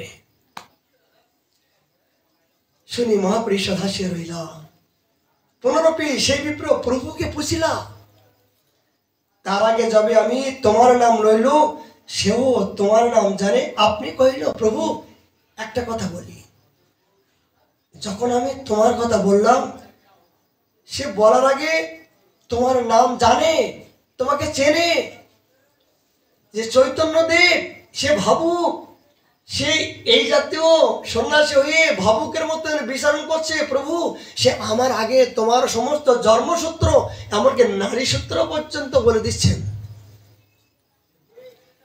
তোমার দোষ কহিতে করে নামের উচ্চার, চৈতন্য চৈতন্য করি কহে 3 বার। বুঝে প্রভু আমি জানি না কোনটা ভালো মন্দ, কিন্তু সর্বক্ষণ চৈতন্য চৈতন্য এই নামটা তিনি উচ্চারণ করছেন। 3 বার কৃষ্ণ নাম নাই সে তার মুখে, অবজ্ঞাতে নাম লয় শুনি পায় দুঃখে। প্রভু একটা জিনিস দেখলাম, অবজ্ঞা করছে বটে, কিন্তু মাঝে মাঝে চৈতন্য চৈতন্য বলে হুঙ্কার করছে। ইহার কারণ মরে কহ কৃপা করি, তোমা দেখি মুখ মরে বলে কৃষ্ণ হরি। সে ব্রাহ্মণ বসে, প্রভু আমি যে তোমার কাছে প্রশ্ন করব, কিন্তু প্রশ্ন করার আগে তোমাকে দেখে যেন আমি সর্বক্ষণ কৃষ্ণ বলতে ইচ্ছা হচ্ছে, আমি জগতে যেন এ কথা আমি ভুলেই গেছি, কেন হাসে? প্রভু কয়ে, মায়াবাদী কৃষ্ণ অপরাধী, ব্রহ্মা আত্মা চৈতন্য কহে নিরবধি। বলতে শোনো, এই মায়াবাদী সন্ন্যাসী এরাও কৃষ্ণ বলছে। এই ব্রাহ্মণ ঠাকুর, আজ তুমি বলো, সত্য করে বলো, তোমার কি মন থেকে কি ওই ব্রাহ্মণ কি বা ওই পণ্ডিতের কি তুমি মন থেকে কি দয়া করতে ইচ্ছা হয়? তখন ব্রাহ্মণ বলছেন, হ্যাঁ প্রভু আমি তোমার যতগুলো তোমার অঙ্গভঙ্গের যে লক্ষণ দেখলাম, তুমি যে স্বয়ং ভগবান, তোমার মতন ভগবানকে পেয়েও এখনো পর্যন্ত তার্কিক, ব্রাহ্মণ, পণ্ডিত, কুতার্কিক এ জাতীয় জগতে যেন না থাকে প্রভু, কৃপা করে তাদেরকে যেন বঞ্চিত করো না। না, এই ব্রাহ্মণ ঠাকুর প্রার্থনা করলেন প্রভুর কাছে, প্রভু তুমি কৃপা করে এই এই এই জীবকে তুমি উদ্ধার করো। মহাপ্রভু প্রসন্ন হয়ে তার হৃদয়টা কি হলো, বিগলিত হয়ে গেল। তিনি এতদিন তো ওই প্রকাশ সরস্বতীপাদকে কৃপা করার মন হয় নাই, কিন্তু এই ব্রাহ্মণের উৎকণ্ঠা, অনুরাগ দেখে, ভক্তের অনুরাগ দেখে, ভক্তের করুণা করার জন্য ভগবানের মনটা বিগলিত হয়ে যায়। এই বিগলিত হবার পরে মহাপ্রভু সরস্বতীপাদকে কি কৃপা করলেন। আমাদের তো সময় কম, আমাদের খুব তাৎপর্য বিষয় আলোচনা হচ্ছে। এই চৈতন্য চৈতামৃত যদি আমরা ঠিকমতো নিয়মিত শ্রবণ না করি, তবে কিন্তু আমাদের একমাত্র অনেক ভুল হয়ে যাবে। কিন্তু রহস্যপূর্ণ গ্রন্থ, আমাদের অসময় গ্রন্থ, নিগুড় তত্ত্ব, সিদ্ধান্তমূলক সমস্ত শাস্ত্রে নিগুড় রস নির্যাস। মহাপ্রভু করুণা হলে আমরা আগামীকাল আবার 4টের সময়, আজকের মতন এখানে বিশ্রাম।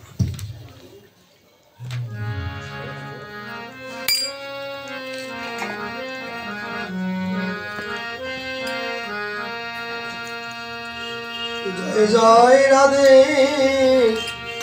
কৃষ্ণ গোবিন্দ, জয় জয় রাধে কৃষ্ণ গোবিন্দ, রাধে গোবিন্দ, রাধে গোবিন্দ, রাধে গোবিন্দ, রাধে গোবিন্দ, রাধে কৃষ্ণ গোবিন্দ, জয় জয় রাধে কৃষ্ণ গোবিন্দ, জয় শ্যাম সুন্দর